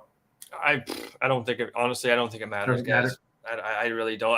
You would think Demko would be the better one, but he hasn't looked that good this year. And Martin, he's okay. He can have his bright spots, but with the defense he has in front of him, you got no chance. Okay, Spencer Piniage likes both teams to score in the first period in this one. You like that one? I don't mind. I don't mind. I just coming off those losses though with Campbell and Vasilevsky, those are pretty bad losses. Now Campbell hasn't done anything to change that, but I'm going to keep a close eye on this one. I don't know about that one, Spenny. Like in the back-to-back for Edmonton, you got to hope they're going to come out hot. But the way Tampa Bay plays, they can shut down teams. So I got nothing on this game. Wow. Ron Crawford likes over Vancouver. Coin likes Tampa Bay money line, -115 pocket. Let's glance at the money here. All right. Yeah. Just because the money is smaller than the ticket count does not necessarily mean that there is no sharp action according to the site I'm looking at right now. 70% of the tickets on Tampa Bay, only 60% of the money on Tampa Bay, but small line value on Tampa Bay, according to the site that reports this. Everything on the over as well, about 60% of the tickets and 90% of the cash on the over. So money coming in on the over and some smart money on Tampa Bay. Interesting, right? Yeah. I do think it's just Edmonton, Pete. I don't know how they're going to close out this win here tonight. They're going to have to. They need Campbell to play really well. Campbell plays well, then this game can go under. But again, that's kind of thinking. I don't want to spend too much time, but how is Tampa Bay offensively in general? Well, they've had a little bit of regression from what they were their Stanley Cup years. Right. They got Nick Paul now centering. I watched him here in Belleville. He's just a hard-nosed, gritty guy. Not a lot of offense. Killorn, Ross Colton, Nemesnikov, he's okay. He's decent. Cole, Kopiec. No, their offense. They're not the same offense. Their power play is dangerous. That's what. If Edmonton goes to the box, Tampa Bay expect at least a goal out of them on the power play with a 68% penalty kill from Edmonton. So offensively, Tampa Bay's still decent. They're still a good team. They'll be able to expose weaker teams, but.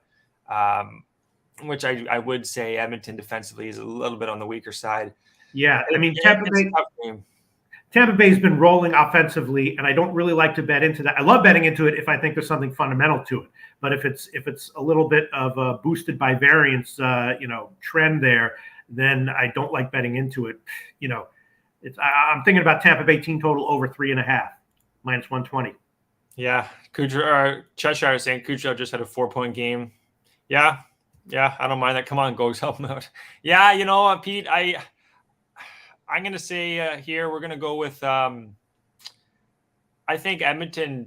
I think there's going to be goals here over 3.5 on Tampa Bay. I don't feel as strong on, to be honest. I don't know. I think this could be an under.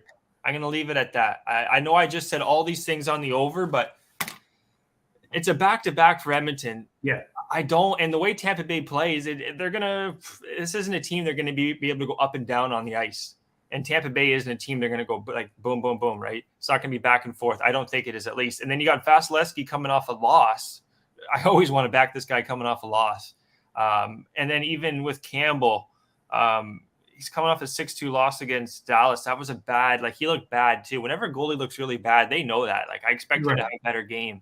So I kind of lean to the under. The more it goes against all the money too, but Campbell, if you look, I mean, he's given up more than 3.5 goals in most of his games this year. Yeah, he has. But again, Tampa Bay offensively, I hear what they're saying there. Someone said with Kucherov, but I'm just looking at their bottom two lines. I haven't watched a lot of Tampa Bay games too, so I don't want to, someone in the chat here could even have a little more insight. But Stamkos SOG goes over. That's what Mike M says. So the guys you expect to produce are producing for Tampa Bay. It's just their secondary offense is what I don't know if they have a lot of. I'd love to take a Tampa Bay team total over 3.5 at minus 125, but you're right. Tampa Bay has been maybe scoring more than they should. Maybe a regression to the mean coming from them. Plus, you're going up against a goalie who got embarrassed at home in his last game, so maybe he'll just for one game have a different focus and mindset. All right, it's going to be a pass for me. Pass for you as well. Yeah, this is a pass. This is a pass. All right, next game, Dallas and Winnipeg. This is a tough one. Very interesting though, but I don't know.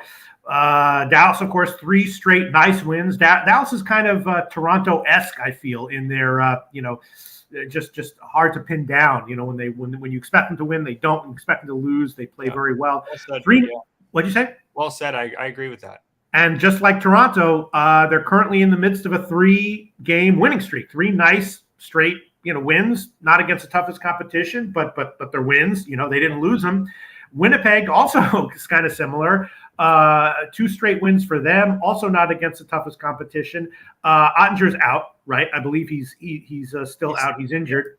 And then Hellebuck, playing well, but in general has not done well against this version of Dallas in recent games and recent years. So they kind of have his number, a small sample size, but still it is what it is. Nothing for me as of right now. What do you think about this? What's the numbers there you got on Hellebuck against Dallas, Pete? Do you got that there? Just let me see. What do we got here? Against Dallas, he's given up 3.5 goals against average, and 0-1-4 stretch against them, which is just not great. Okay, no, I do hear that. Ottinger, they did lose too back earlier in the season. They lost on the road 4-1. Winnipeg did at Dallas, so a little revenge factor there for Winnipeg, who are playing really good. And Hellebuck, Pete, this is a guy, I know you talked bad about him last year, but I think he's which I get, he deserved it, but I think this year he's looked real good, man. Like, he's top 5, I'd say, goalie in the league. Connor Hellebuck, 4-0 shutout was Chicago, 3-2 win against Montreal, 2-1 loss against Vegas, which was in overtime, I believe.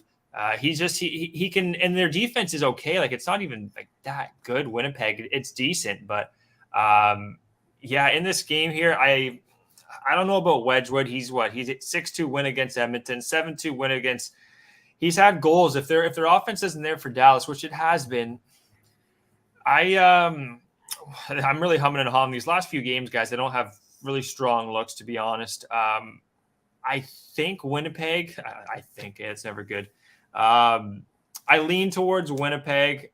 Reason being, I think Hellebuck bounced back here, to be honest. Pete, even though he hasn't looked good. That's why I wanted to know his numbers. Mm-hmm. I do think this can be a bounce back for him. He's not going up against Ottinger.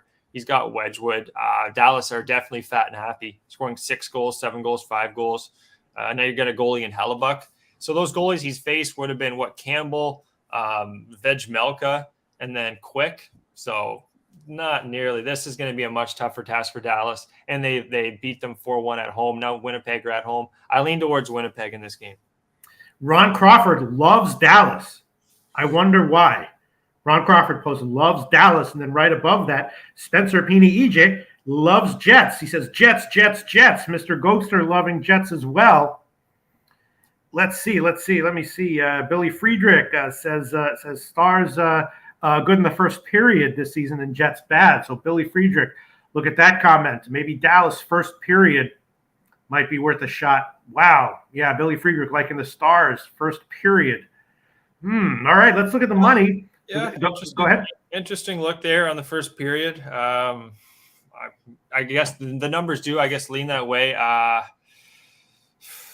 right, well, Mr. Gokster, you ready? So Ron Crawford loves Dallas, and a bunch of people loving Winnipeg. There is a pretty strong opinion here as far as line value, and this will be an interesting spot for a guess because we don't really have a big favorite here. It's right around even money on both sides. 68% of the tickets and 93% of the cash, as well as half line value. On which side do you think, Mr. Gokster? Winnipeg. Dallas. 68% of the tickets on Dallas, 93% of the cash on Dallas, half line value on Dallas, according to this site that I'm looking at right now, and 60% of the tickets, 85% of the cash on the under as well. So bigger bets coming in on the under, bigger bets coming in on Dallas. Give it a lot of picks. We break down every single one of these games. I could be wrong here, but I do think Winnipeg are going to win this game. I'm going to leave it at that. Wow. All right. I am gonna. Wow. Yeah, it's goaltending, man. Like Hellebuck, he's looked real good. Yeah, his numbers against Dallas haven't been that strong. Spot 2, 6-2 against Edmonton, weak defensively, weak goaltending. Arizona the same, really. LA Kings, I don't consider them strong defensively, and their goaltending is very suspect with Quick and Pettersson. So on the road, this is their third road game now in a row, coming off 2 wins. Yeah, this just smells like a Jets play. Maybe all this big money and smart money coming in on Dallas, they didn't know Ottinger was injured. I don't know, but we have a strong disagreement here from the supposed sharp money and Ron Crawford liking Dallas, and Spencer Pennyage liking the Jets, taking Jets in regulation at plus 155. Jets all day. I don't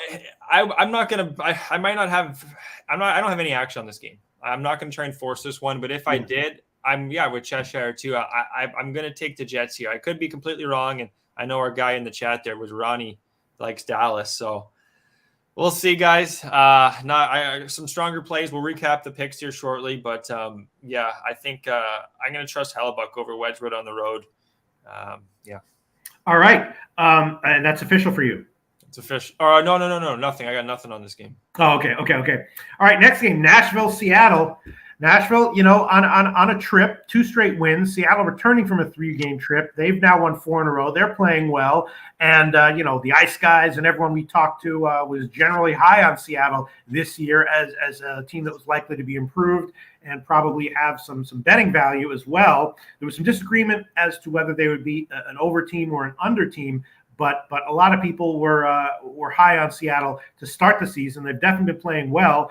They are one of these teams that's developing an opposite home-road dichotomy. They're playing much better on the road and struggling a bit at home. Are they likely to turn it around here? I'm not exactly sure. Nashville is a beatable team, but not a pushover. Again, a tough one. We'll see what the comment section has to say, what the money has to say, and what Mr. Gokster has to say. What do you think here?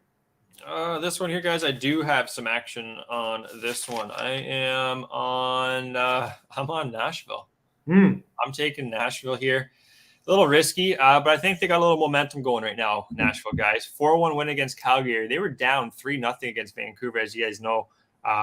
Great comeback. 4-3 was against Vancouver, but Seattle defensively, Pete, they're okay. They've looked a little bit better. 4-0 win against Minnesota, but for the most part, looking at Let me just go to Seattle's defensive core, but special teams, they have an 80% penalty kill. Okay, 81% for Nashville, but defensively, Vince Dunn, Larson, Alexiak, Schultz.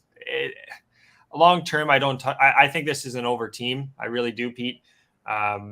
Saros, he did allow those early goals, but I think Nashville's I think they do want to finish this road trip off, which I believe is the end of their road trip. I think they ended this road trip off with a win.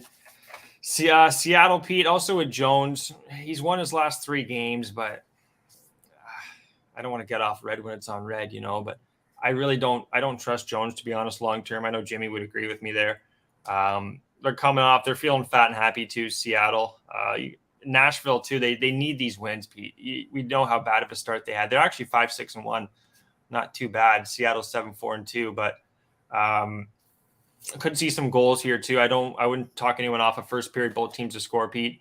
But give me Saros over Jones, and an improving Nashville team and a Seattle team that I think is gonna have to work for every little bit of this game. They're gonna have to work for this win. So give me I don't love this one. I'm still gonna play it though. Nashville plus I got plus 100, Pete. Okay. People are liking, partially opposed to that, but not fully opposed to it, liking Kraken team total over. Body's Nerfect, Kraken team total over, and RVD 420 liking Kraken team total over. A lot of people also passing on this one. Let's glance at the money. Okay. Interesting stuff here. Full line value. Once again, we'll see if Gogi can guess correctly. Mr. Gogster. 26% of the tickets, 18% of the cash on one side, 75% of the tickets, and about 80% of the cash, as well as full line value on another side. Which side do you think that is? I'm going to say, is it Nashville? Is that your final answer? Well, you know what? I'll say Seattle, so then I can be right on both sides. Go ahead. Seattle's your final answer? Hey, Seattle. Yes. Full line value on Seattle, according to the numbers I'm looking at right now. 75% of the tickets, 80% of the cash, and full line value on Seattle, which does make sense. I mean, someone said before that that there's full line value against any team going against Toronto. That was a joke, but it made Nashville could be in that category of teams that they're going to get their wins, but on any average night, they're probably overvalued. They're not a very impressive team, according to the numbers I look at and just the way I handicap things. Full line value on Seattle. Mr. Gokster liking Nashville, and people in the comment section liking the Seattle team total over. Nothing of note as yet on the total. Majority of the tickets and money on the over, but nothing strong. 55% of the tickets on the over. Maybe Seattle team total over is a good play, but you like Nashville defensively. They looked a lot. So I think Saros, I won't say turned a corner or anything, but Vancouver were all over Nashville in that game, and they just battled. Man, I'm telling you, Nashville battled their way through. I think that's a big win for that hockey team, especially coming off that 4-1. I expected Nashville to lose that game, to be honest, after being down 3-0 and winning against Calgary 4-1. But they battled their way back. Seattle they've looked good. I was high on this team. I told you guys at the beginning of the year, their offensive additions and having Tanev back healthy. This is a much dangerous team than people probably expected. Just their goaltending. Grubauer's out. I don't even know how good he really is. I think Decord actually, Pete, Joey Decord, when he goes, I think he's a bright spot for this team in goaltending. And we'll see how long Martin Jones can, North Vancouver's own Martin Jones can take this team. But I'm gonna trust Nashville. Trusting Nashville is pretty risky, but I'm gonna take Nashville. I guess I'd lean to the team total over too on Nashville, Pete. But I think they're gonna keep that momentum going from those last two games. I really do. Seattle, they have 3-2 win at Pittsburgh, 4-0 win at Minnesota, 5-4 win at Calgary. So again, first game back off a road trip.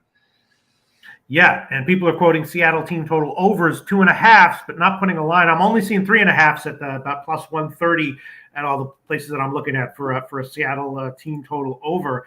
Man, yeah, and all this money that came in on Seattle, I'm not sure if I don't know when that money came in, but it hasn't moved that much from the overnight line. When I looked overnight last night it was Seattle minus 113, and now they're 117. So a very, very tiny move in Seattle's favor, but not any kind of a huge move like we saw with Buffalo or other lines. So very interesting stuff here.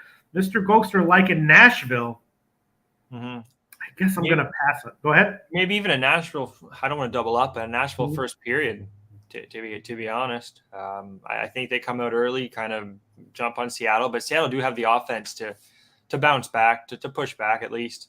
But yeah, I think I especially how you guys know how bad Seattle or Nashville was. This is a big this would be a big win to finish off the road trip. To go 3-1 on this road trip would be you take that any day after the start they had at home. More disagreement. Not Affable liking Seattle. Jake Burns liking Seattle, but Travis Levine liking Nashville minus 1.5. Wow. Let's go, Travis. That's some big ball Coleones right there, Pete. Yeah, you know what? Put me on the island with Nashville. I got the Predators in the water, and let's sea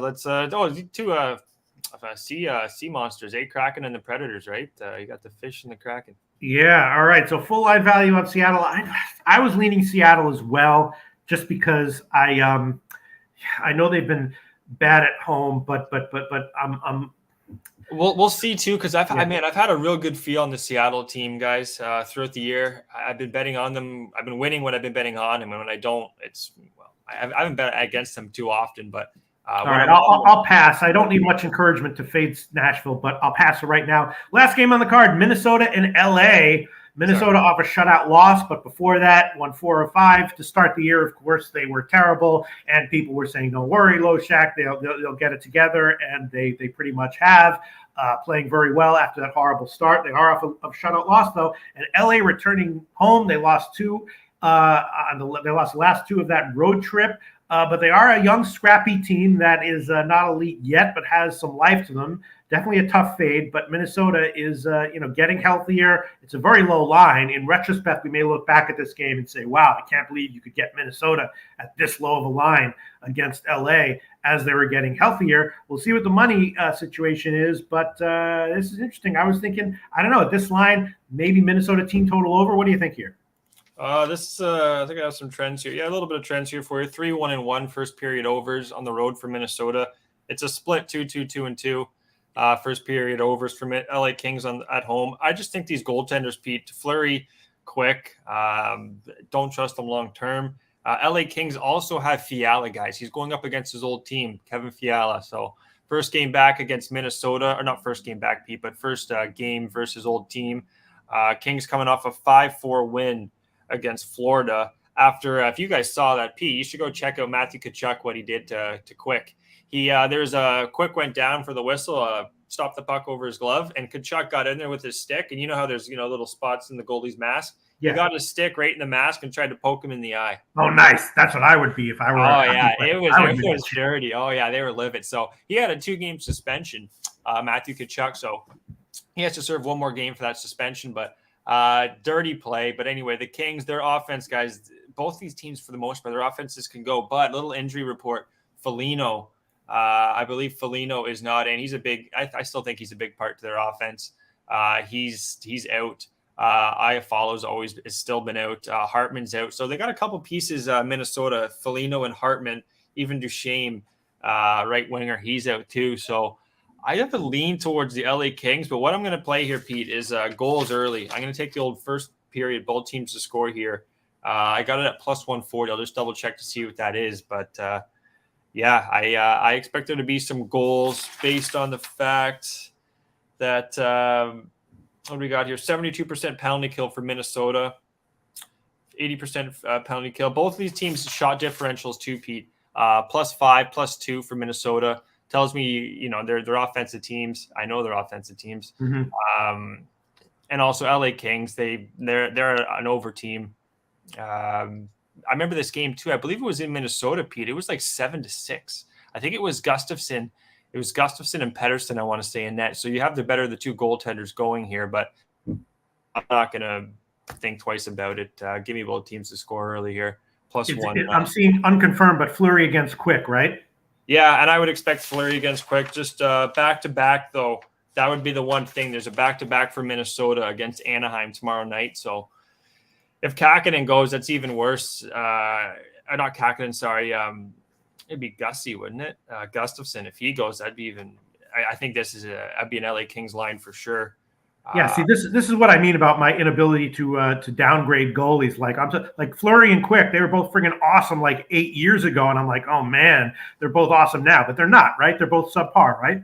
They are. Quick's he's fallen off. His last name is too bad. He's not nearly as quick as he was. And Fleury, they're coming off a 4-0 loss though. Fleury against Seattle. So like I said with Campbell, I do expect to be a bounce back, even though he's a bad goalie. I don't think you just take some pride in that coming off a 4-0 loss. Quick too. Quick's been okay, but yeah, for the most part, both of these goalies, it's just like anything. It's like golf. It's like football with the quarterbacks. The new age eventually comes in and makes them look a little slower. Fleury got off to a horrible start, which happens all the time in all sports to all teams and players. But since that horrible start, he's actually been good, right? Let's see here, Minnesota. Yeah, his overall results mostly not getting blasted, mostly winning, right? Yeah, it's just how he plays goaltend, like how he is in net. He's everywhere at some time. Like I do have to maybe watch a little bit more if Minnesota games, but from what I know, what I've seen even this year, his positioning can get him in trouble. And a team like LA they're going to get you going side to side. They can do that. So, and same with Minnesota. They're pretty quick, but they are missing a bit of offense. So I have a lean to the LA Kings. Both teams to score, though, is going to be official, Pete. All right. Travis Levine liking the over 6.5. And Ricky Levine says Quick is still good. Their defense is just trash. Travis, go ahead. That's a good point. Yeah, that's a very good point there with their defense. It's young. I got to bring up their lineup here real quick. Mikey Anderson, Doughty's still there. Dursey, he's been a suspect all year. Matt Roy, they have a lot of offense. They push the puck. Their defense likes to, even Drew Doughty, he's improved pushing the pace getting the puck to their forwards. And even Fiala's on the third line. Wow. They have a lot of offense. Lizotte centering the fourth. Yeah. All right. I think there can be goals here. I think there can be goals here, just the way these two teams' makeups are. And the goaltending, the full game, I wouldn't talk anybody off either. 60 minutes, I think you should be able to get the pucks past these goalies. And like they said, the defense for the Kings. Okay, well, some interesting money stuff here. Actually, a small line value on LA, according to what I'm looking at right now. About 45% of the tickets, 55% of the cash on LA, but small line value on LA, which I guess is not shocking. Everything on the over, though, as you said, 45% of the tickets on the over, 95% of the cash on the over. So majority of the bets actually on the under, but the huge bets coming in on the over. All right, you know what? I'm going to trust you. I'm going to trust this money. I'm going to double up. I'm going to take the first period over, which is going to be minus 147 at Pinnacle. The first period over. Min LA, first period over, 1.5 minus 147. And I'm going to take the full game over, and I'm going to do another, classic move by what'd you say? We're going to 6, aren't you?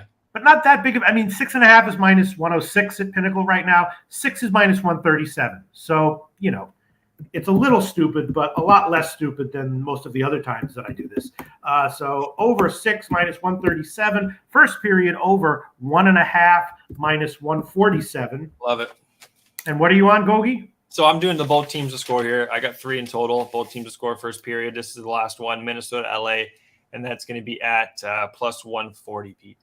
Mm-hmm. Officer of 50, Ayash Yala likes the Kings first period minus 0.5 and the first period over 1.5 as well. Travis Levine also liking the first period over. Okay, very, very nice. Wow, what a great card. We got a bunch of plays. I had a losing day last week after a super hot start to the season. I'm feeling overall pretty good about all these things that I've done here. I'll review my picks, then we'll review Gogi's picks, then we'll spread a little love, and then we'll get to action. Once again, I'm on Calgary, New Jersey. First period over 1.5 minus 160. Calgary, first period plus 111. Rangers, minus 1 minus 115. Rangers, first period minus 150. Isles, team total under 2.5 plus 150. Vancouver, Ottawa, first period over 1.5 minus 160. And Vancouver, Ottawa, over 6 minus 170. Toronto, team total under 3.5 minus 140. Detroit, team total under 3.5 minus 120. Buffalo, -1 minus 159. Minnesota, LA, first period over 1.5 minus 147. And Minnesota, LA, over 6 minus 137. That's a lot of plays. I got a lot of friggin' first period overs. You got the grocery cart's full, eh? You got to go to the checkout here, Pete. I think you're yeah, I got hey, listen, got a lot of plays. I think they're all okay. Ron Crawford's spreadsheet play of the day is Buffalo in regulation, despite the fact that Mike M is the one guy. 1% of the cash is on Arizona, and that cash is our very own Mike M, who is liking Arizona as a huge dog, thinks that they're just getting undervalued and disrespected again.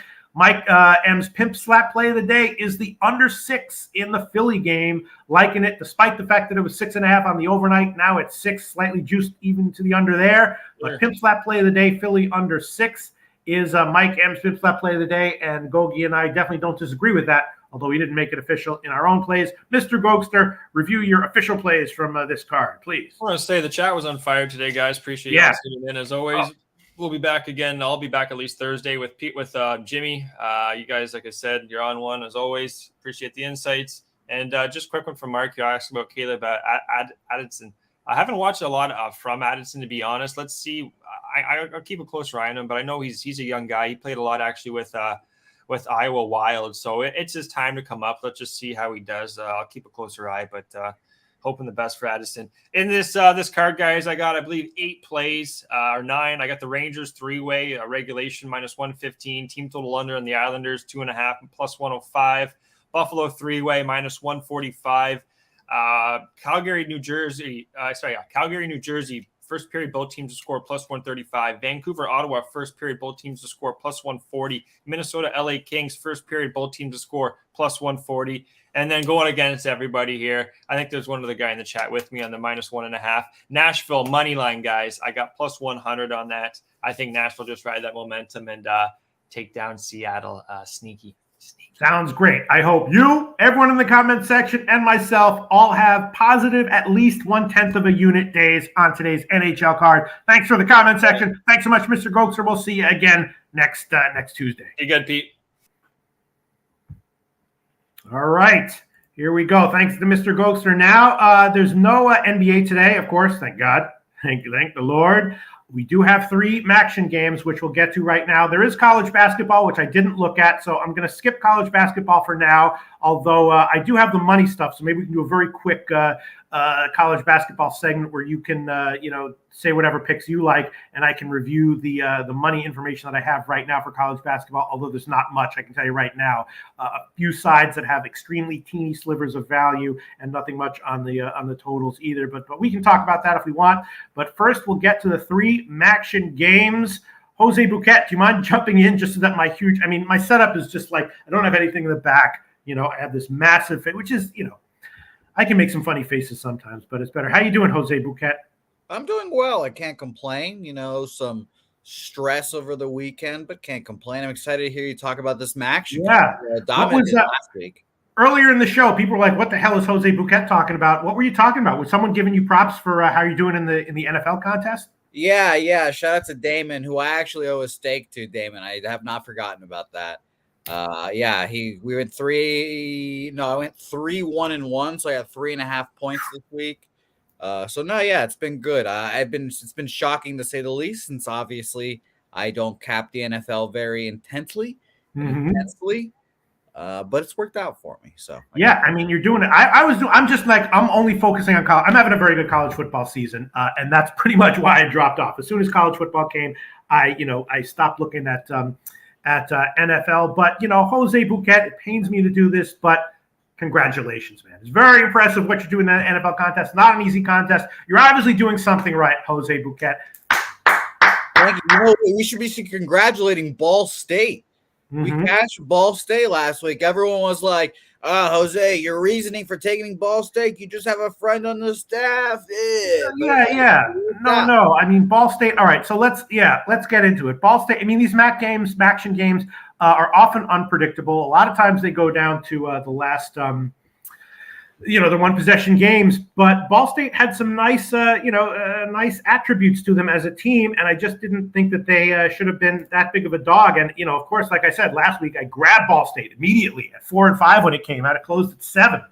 So I don't know what was going on there, but this week, Eastern Michigan and Akron is the first game on the card. And I've been kind of high on Akron this year from a betting perspective, not from a straight up perspective, from a betting perspective. If you recall, Jose Bouquett, I gave out Akron one week. I forgot which game it was, but one of the regular viewers, George from Vegas or someone like that, was like, all right, I'm going to bet this. If you like it big, Loshak, I'm going to take it. And it was a game that Akron, I think they lost, but covered. Akron, they have a really good coach, which matters a lot, especially against the spread. They have some deficiencies as far as their, offensive line and their personnel, but, they have some weapons on offense. I think they're getting a little bit better. Eastern Michigan is a quality team, but a little bit of an inconsistent team. Last week was a tough loss to Toledo. Just the fact they were in the game shows what a talented team they are in terms of their talent on the field. But they lost it. It was pretty deflating. They're going to need a lot. They're probably not going to make the MAC championship game now because of it. So it's tough. And the Zips, I think they're going to be, they're going to have some life to them as well. It opened up at like 9.5. I liked it a lot more then. Now it's all the way down to, God, I just saw before the show, it's all the way down to 6.5 at Pinnacle. So I think I'm going to give Akron as an official play, although this line is definitely crashing. And obviously, the lower it goes, the less I like it. Still 7 at Heritage. I'm happy to see that. I doubt there's any 7.5s anywhere. But, again, talent-wise, Eastern Michigan, clearly the better team. But Akron has a good coach. I think they're getting, their offense is one-dimensional, but still, should be okay. Their defense is a mess. But Eastern Michigan has struggled a little bit at quarterback. They're not. It's not exactly sure what they're going to do, and they have 2 quarterbacks that they're using. And Akron, in their last game, they gained yards on Miami. They didn't put up the points. They're definitely a flawed team, but they've been a decent bet in spots as underdogs this year. And I'm going to make them an official play right now. Akron +7 -108 is the current line at Heritage. I'll just use that line. It's tough. I'd rather be getting 9.5 buy up to 10. Eastern Michigan, of course, beat Arizona State this year. They're definitely an awesome team not awesome, but they're a quality team as far as max standards are concerned in terms of talent. But I'll take Akron. During bowl Go ahead. What'd you say? Well, I was just saying, keep an eye on Eastern Michigan during bowl season as well. Yeah, I mean, they got talent. It's just in this spot, I was liking Akron when it opened at 9.5. Now it's gotten bet down, but I'm still liking it. All right, let's see. Congo Clips as FanDuel had 7.5 at lunch. Yeah, we keep it too real in our. We just use Pinnacle and Heritage, and sometimes I use Caesars or whatever. But if you shop around at not less all these other books, PointsBet, FanDuel, all these places, Circa. Circa's probably offering 7. I don't know what Circa's offering. I doubt it. Our friends at Bet Online as well also have good lines as well. So shout out to them. And when you do sign up, use promo code PUBSports for that deposit match. Absolutely. Shout out to Bet Online. Yeah, who knows? Yeah, if you shop around, you might be able to get 7.5 right now. I'll just take the Heritage line at 7. Know Something says, Loshak, what hat are you wearing? This is come on, promote them. LMAX. Shout out to LMAX, not a sponsor of this show, but I would like them to be. Orthodox Jewish lumberyard in the Bronx with a ton of Jamaicans working there. Crazy, whacked out place. LMAX, the best young lumberyard you can possibly find anywhere in the Bronx, New York. I'd love for you to take a video of yourself there, I will. I'll go out there and ask them if they want to sponsor my show. They'll be like, what? They're the fun place. They'd be interested. I think they'd be interested. They'd be like, yes. They might. I won't do my I won't talk about it. Let's talk about these games. I was going to say November 7th, right? That was the deadline for not getting booted from YouTube, right? Oh, you know what? You might be right. So we'll reset. Right. So we have 3 new strikes? 2, I think 2. 1 gets dropped. Oh. But I'll double check that. I haven't looked. Okay. That means I could say we something might be back. sexist, racist, homophobic, transphobic, or something like that. Get a strike, and we would still not get kicked off. Right? I'm surprised we didn't get a strike because you're just telling people not to vote. I'm surprised YouTube didn't come down hard there. I didn't even say, in 2022, you can get a strike for that. All right. I was waiting there to see if anyone is posting opinions on this. Not really. No opinions on action. Go ahead. I was going to say, not many opinions on the action this week so far. Yeah, I mean, I understand. They're kind of tough. I love it. You know, Maction, I've done pretty well with them over the years, and they're the kind of games where at first glance you're thinking pass, but then when you look into it deeply, there's usually some value that you can identify one way or the other. I'm going to take Akron here, +7, minus 108, and I'll give a pick or a lean on the side and the total of every game, just to see if I can keep the streak going. I would be leaning under, despite the fact that the total has been getting bet up. As far as the money is concerned, half line value on Akron, 50% of the tickets, 95% of the cash on Akron, and half line value on Akron, according to the site I'm looking at. And wow, the total got bet up. I was leaning under, 80% of the tickets and 95% of the cash on the under as well. So, I mean, both teams, Akron has a one-dimensional offense. Eastern Michigan will probably be able to slow them down to a certain extent, and Eastern Michigan in general plays a relatively slow pace. So even though Akron's not great defensively, I was liking the under as well. I might make that official. Let me see what the line is. It's 56.5. Wow. So if all this sharp money was coming in on the under, why has the total gotten bet up since it opened at about 55.5? Now it's up to 56.5. Let's look at some comments here. Wow. All right. I'll make the under an official play here. I'll make both of them official. 57 at Heritage. What's going on here, Jose Bouquett? The midweek Max is trying to mess you up, Pete. They heard about your record. They're like, you know what? Let's make everything exceedingly more difficult for Peter Loshak this week. Yeah. All right, I'll do it. I'll make the under 57 minus 108 at Heritage an official play, despite the fact that I don't understand it. All of the supposedly there's a ton of money coming in on the under, but the total's just heading up. I like the under anyway. All right, I'll trust what I have to say, or I'll trust my take, my leans, my gut feels, whatever. I believe it. I'll add the under as well. I'm not going to triple up and add the Eastern Michigan team total under, but officially on Akron +7, officially on under 57 minus 108. Let me just quickly check Caesars. Maybe they're at 57.5. Who the hell knows? What do they have? No, 57. All right. I'll make that official. We'll see if there's any comments coming in. All right. Let's move on to the next game then. It's what do we got here? Ohio, Miami, Ohio. Now, this is interesting. Ohio off the huge win against Buffalo, right? That was the game where I liked the over and I leaned Ohio. I should have made Ohio the official pick. Ohio has a great quarterback.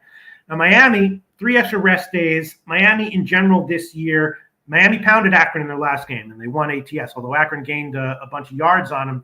They lost 3 out of 4 ATS before that, but, of course, Miami had high hopes for this year because they had this quarterback, Brett Gabbert, who was, an all-MAC selection, all that shit. I don't know his actual accolades, but Brett Gabbert was their quarterback to start the year. High hopes for him, and he got injured in the first game. Now he's back.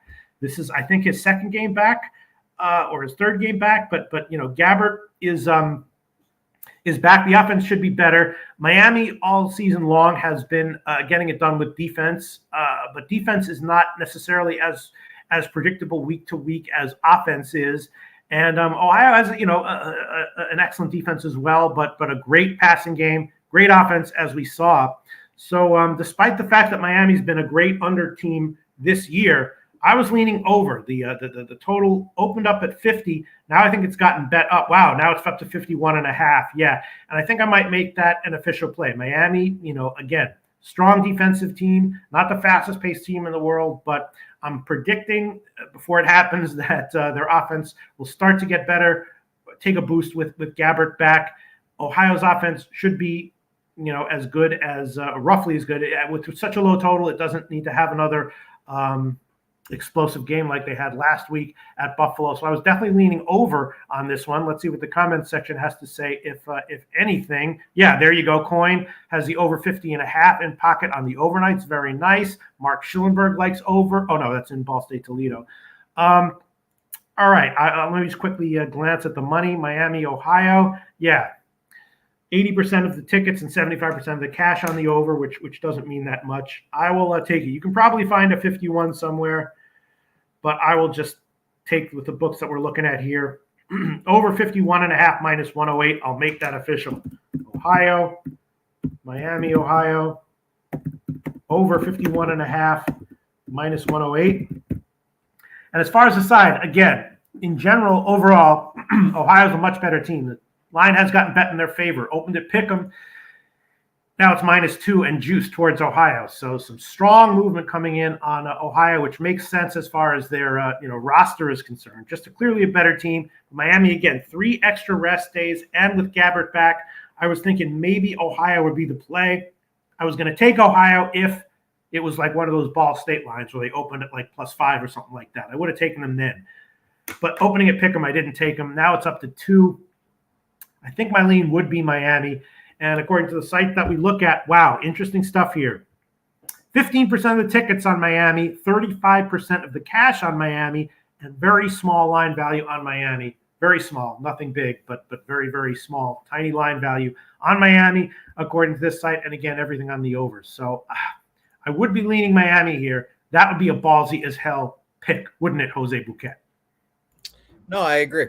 I agree with you wholeheartedly. No, I do not cap these games like you do. So I have all. I'm just saying, like Ohio, they've won 5, and the thing is that like Ohio's covered 5 in a row by huge margins, right? Mm-hmm. Those were not lucky covers. Like each of the covers was by like 10 points or something.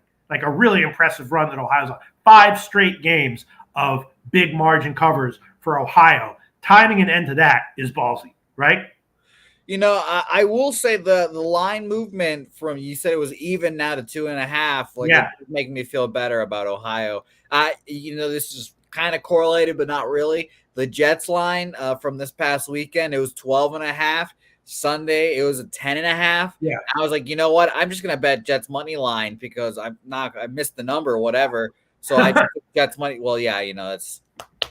But yeah, I tend to bet into the sides with the line movement going that way. But that's just me.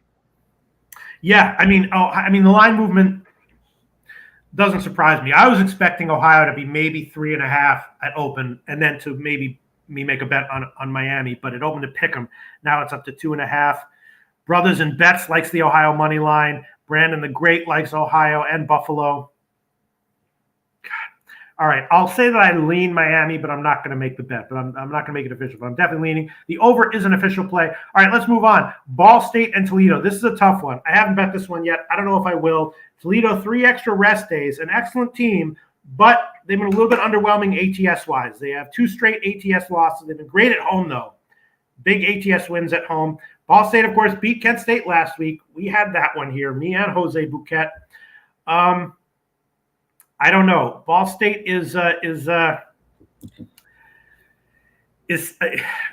decent team, significantly worse than Toledo, but Toledo is just not a good double-digit favorite based on the way that I look at things. And also they have a question with Daquan Finn, who is their quarterback. He's questionable for this one.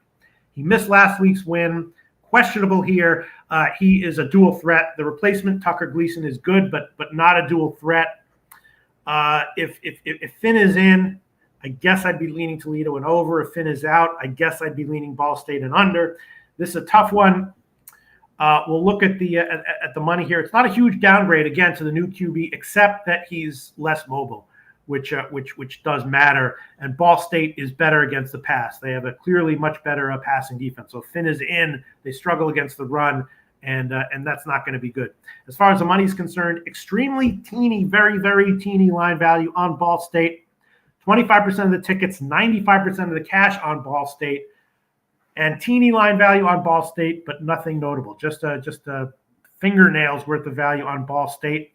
And all the money coming in on the under, 20%, all the big bets coming in, 20% of the tickets on the under, 60% of the cash on the under. But this has been happening all year with Toledo games. Huge, sharp bets coming in on Toledo unders, and they've been friggin' wrong. And I will admit that there were Toledo games this year where I was like leaning over or even bet over. Saw all the huge, sharp action coming in on the under, took back my bets, took positions on the under, and lost. So I don't know who these supposed sharp, smart people are. Who I know how you feel about betting the sharp side and losing. You just mark that as a win, right? You feel great about it. Okay, no. If you take back a position and now you're paying double juice and the position you took loses, you should mark that as a double loss and punch yourself in the face. It's just I don't know. I have no answer for who has been betting Toledo unders that have been losing. I mean, huge action, Jose Bouquett. Huge action.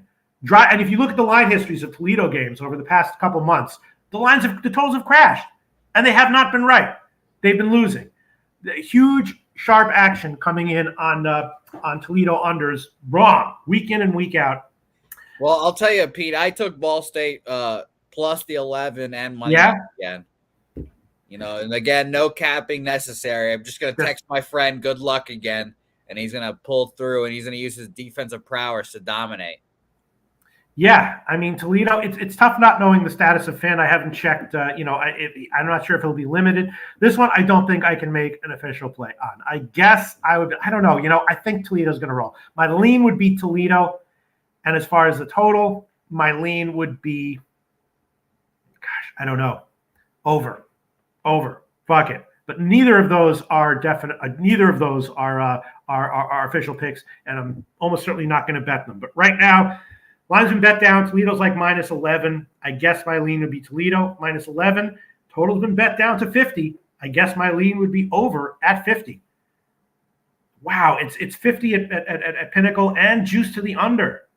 Incredible, Jose Bouquett. But you did bet Ball State, huh?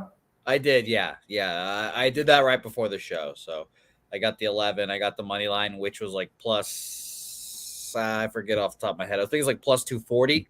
But yeah, no, I mean, I took a Ball State. I believe in them plus 320 actually. So, and I just texted my friend, good luck. So undefeated in our last one bet again with Ball State, Loshak. So I'll ride with my Cardinals.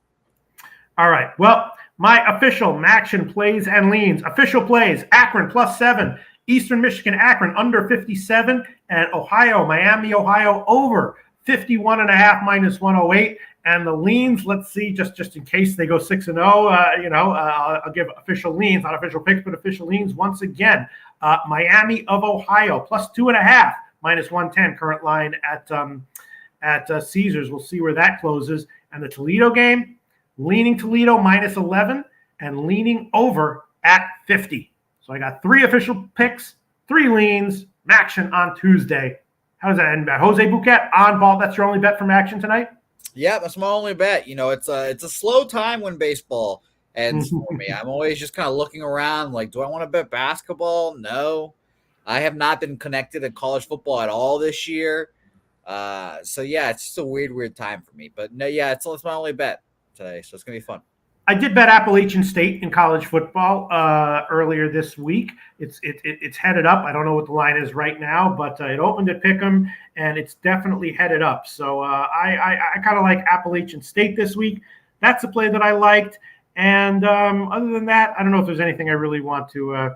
I did take a shot with Connecticut with UConn at plus 14.5. That was a healthy shot that I took. What'd you say? Say sure, yeah. I like it. Yeah. UConn plus 14.5.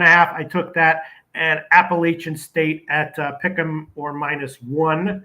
I bet that up to -3 even. I think it's a good spot for Appalachian State this week, so I'm liking that. Those are 2 bets that I'm happy to share. And you want to quickly look at college basketball or wrap up the show, Jose Bouquett? No, do you have any college basketball looks? I don't have anything. I'll just mention real quick. Net profits, 5 p.m. Eastern. The schedule's a little staggered in the beginning of the year because we want to make sure we go on the biggest game days. So this week it'll be Thursday and Friday on top of the Monday premiere. So Thursday and Friday net profit with Connor and Ian for all your college basketball needs this week. Sounds great. All right, college basketball. I said at the beginning of the show, man, I missed the -3 on Sacred Heart. I bet Sacred Heart at -4 and -4.5. Now it's -8. Jose Bouquett. Sheesh. Killing the line movements. Is that a win? Is that already a win, Pete, in your book? If they lose the game outright, you marking that one down as a win with the line movement? when I tell other people, I don't know, but when I bet lines and they move that much, I'm always like, I know this is going to lose. I know this. It happens all the friggin' time. I can't remember I forgot the last time it happened. There was one example that I wanted to tell you about. Yeah, I don't know. Look, I thought I missed the move because I took it at 4 and 4.5. Now it's up to 8. I don't know. I would not bet it at 8. I have no idea. But the rest of the card, yeah, there's no real line value. Slight line value on East Carolina, according to what I'm looking at right now. Slight line value on Duquesne. Teeny line value on Oregon State. And as far as the totals, big bets coming in on the under in Rider Providence. That's interesting. That total now, I don't know if it's moved, but now it's 143. Riders on the storm? Rider in Providence, 50% of tickets, 95% of the cash on the under in Rider Providence. I still have your Riders on the Storm video somewhere. Yes, very, very nice. Big bets coming in on the over in Mercer, Eastern Carolina. 60% of the tickets, 80% of the cash on the over in Eastern Carolina. So I'll look at that. Everything coming in on the under in San Jose State, Georgia Southern. 95% of the tickets and 99% of the cash on the under in that one. Everything coming in on the over in the Georgetown game. 95% of the tickets, 97% of the cash on the over in the Georgetown State. And that's about it as far as the money is concerned for college basketball. We'll look at the comment section, see if anyone has anything to say. Coin likes Duquesne under 135.5. Okay. These college basketball lines and especially totals move super fast. So Duquesne, let's see where that is. 135.5 is where it is right now. Nasty Nate likes Providence to smash as well. Likes Providence to smash. Okay. Yeah. 92% of the tickets are on Providence, but no line value either way, according to what I'm looking at right now. As of right now, of course, close to the tip, it might change. But let's see. Rob Free, like in San Jose State money line. Okay. Con Clips is on Ball State. Okay. I just for lean record keeping, I'm going to lean with Toledo, but Jose Bouquett is on Ball State, and certainly Toledo as a double-digit favorite makes me nervous. I guess that wraps it up, Jose Bouquett. What do you think? Yeah, there's not much to talk about today. I'll be on the other side of you, Pete. You tell the people not to go vote. I'll tell the people to go vote. It's difficult for some people to get the right to vote, so go out there and use it if you've got it. So, I don't care who you vote for, just go vote. Lines might be a pain in the ass to wait there, but, pop on some headphones and listen to Pub Sports Radio and kill the time. So, yeah, get a nice sticker. All the spirits of our ancestors are like, we gave our lives so that you could have the right to vote. My answer to that, don't care, not voting. Don't care, not voting. Voting stupid. I love it. I love it. All right, and on that note, we'll see you next Tuesday. Thanks, everyone.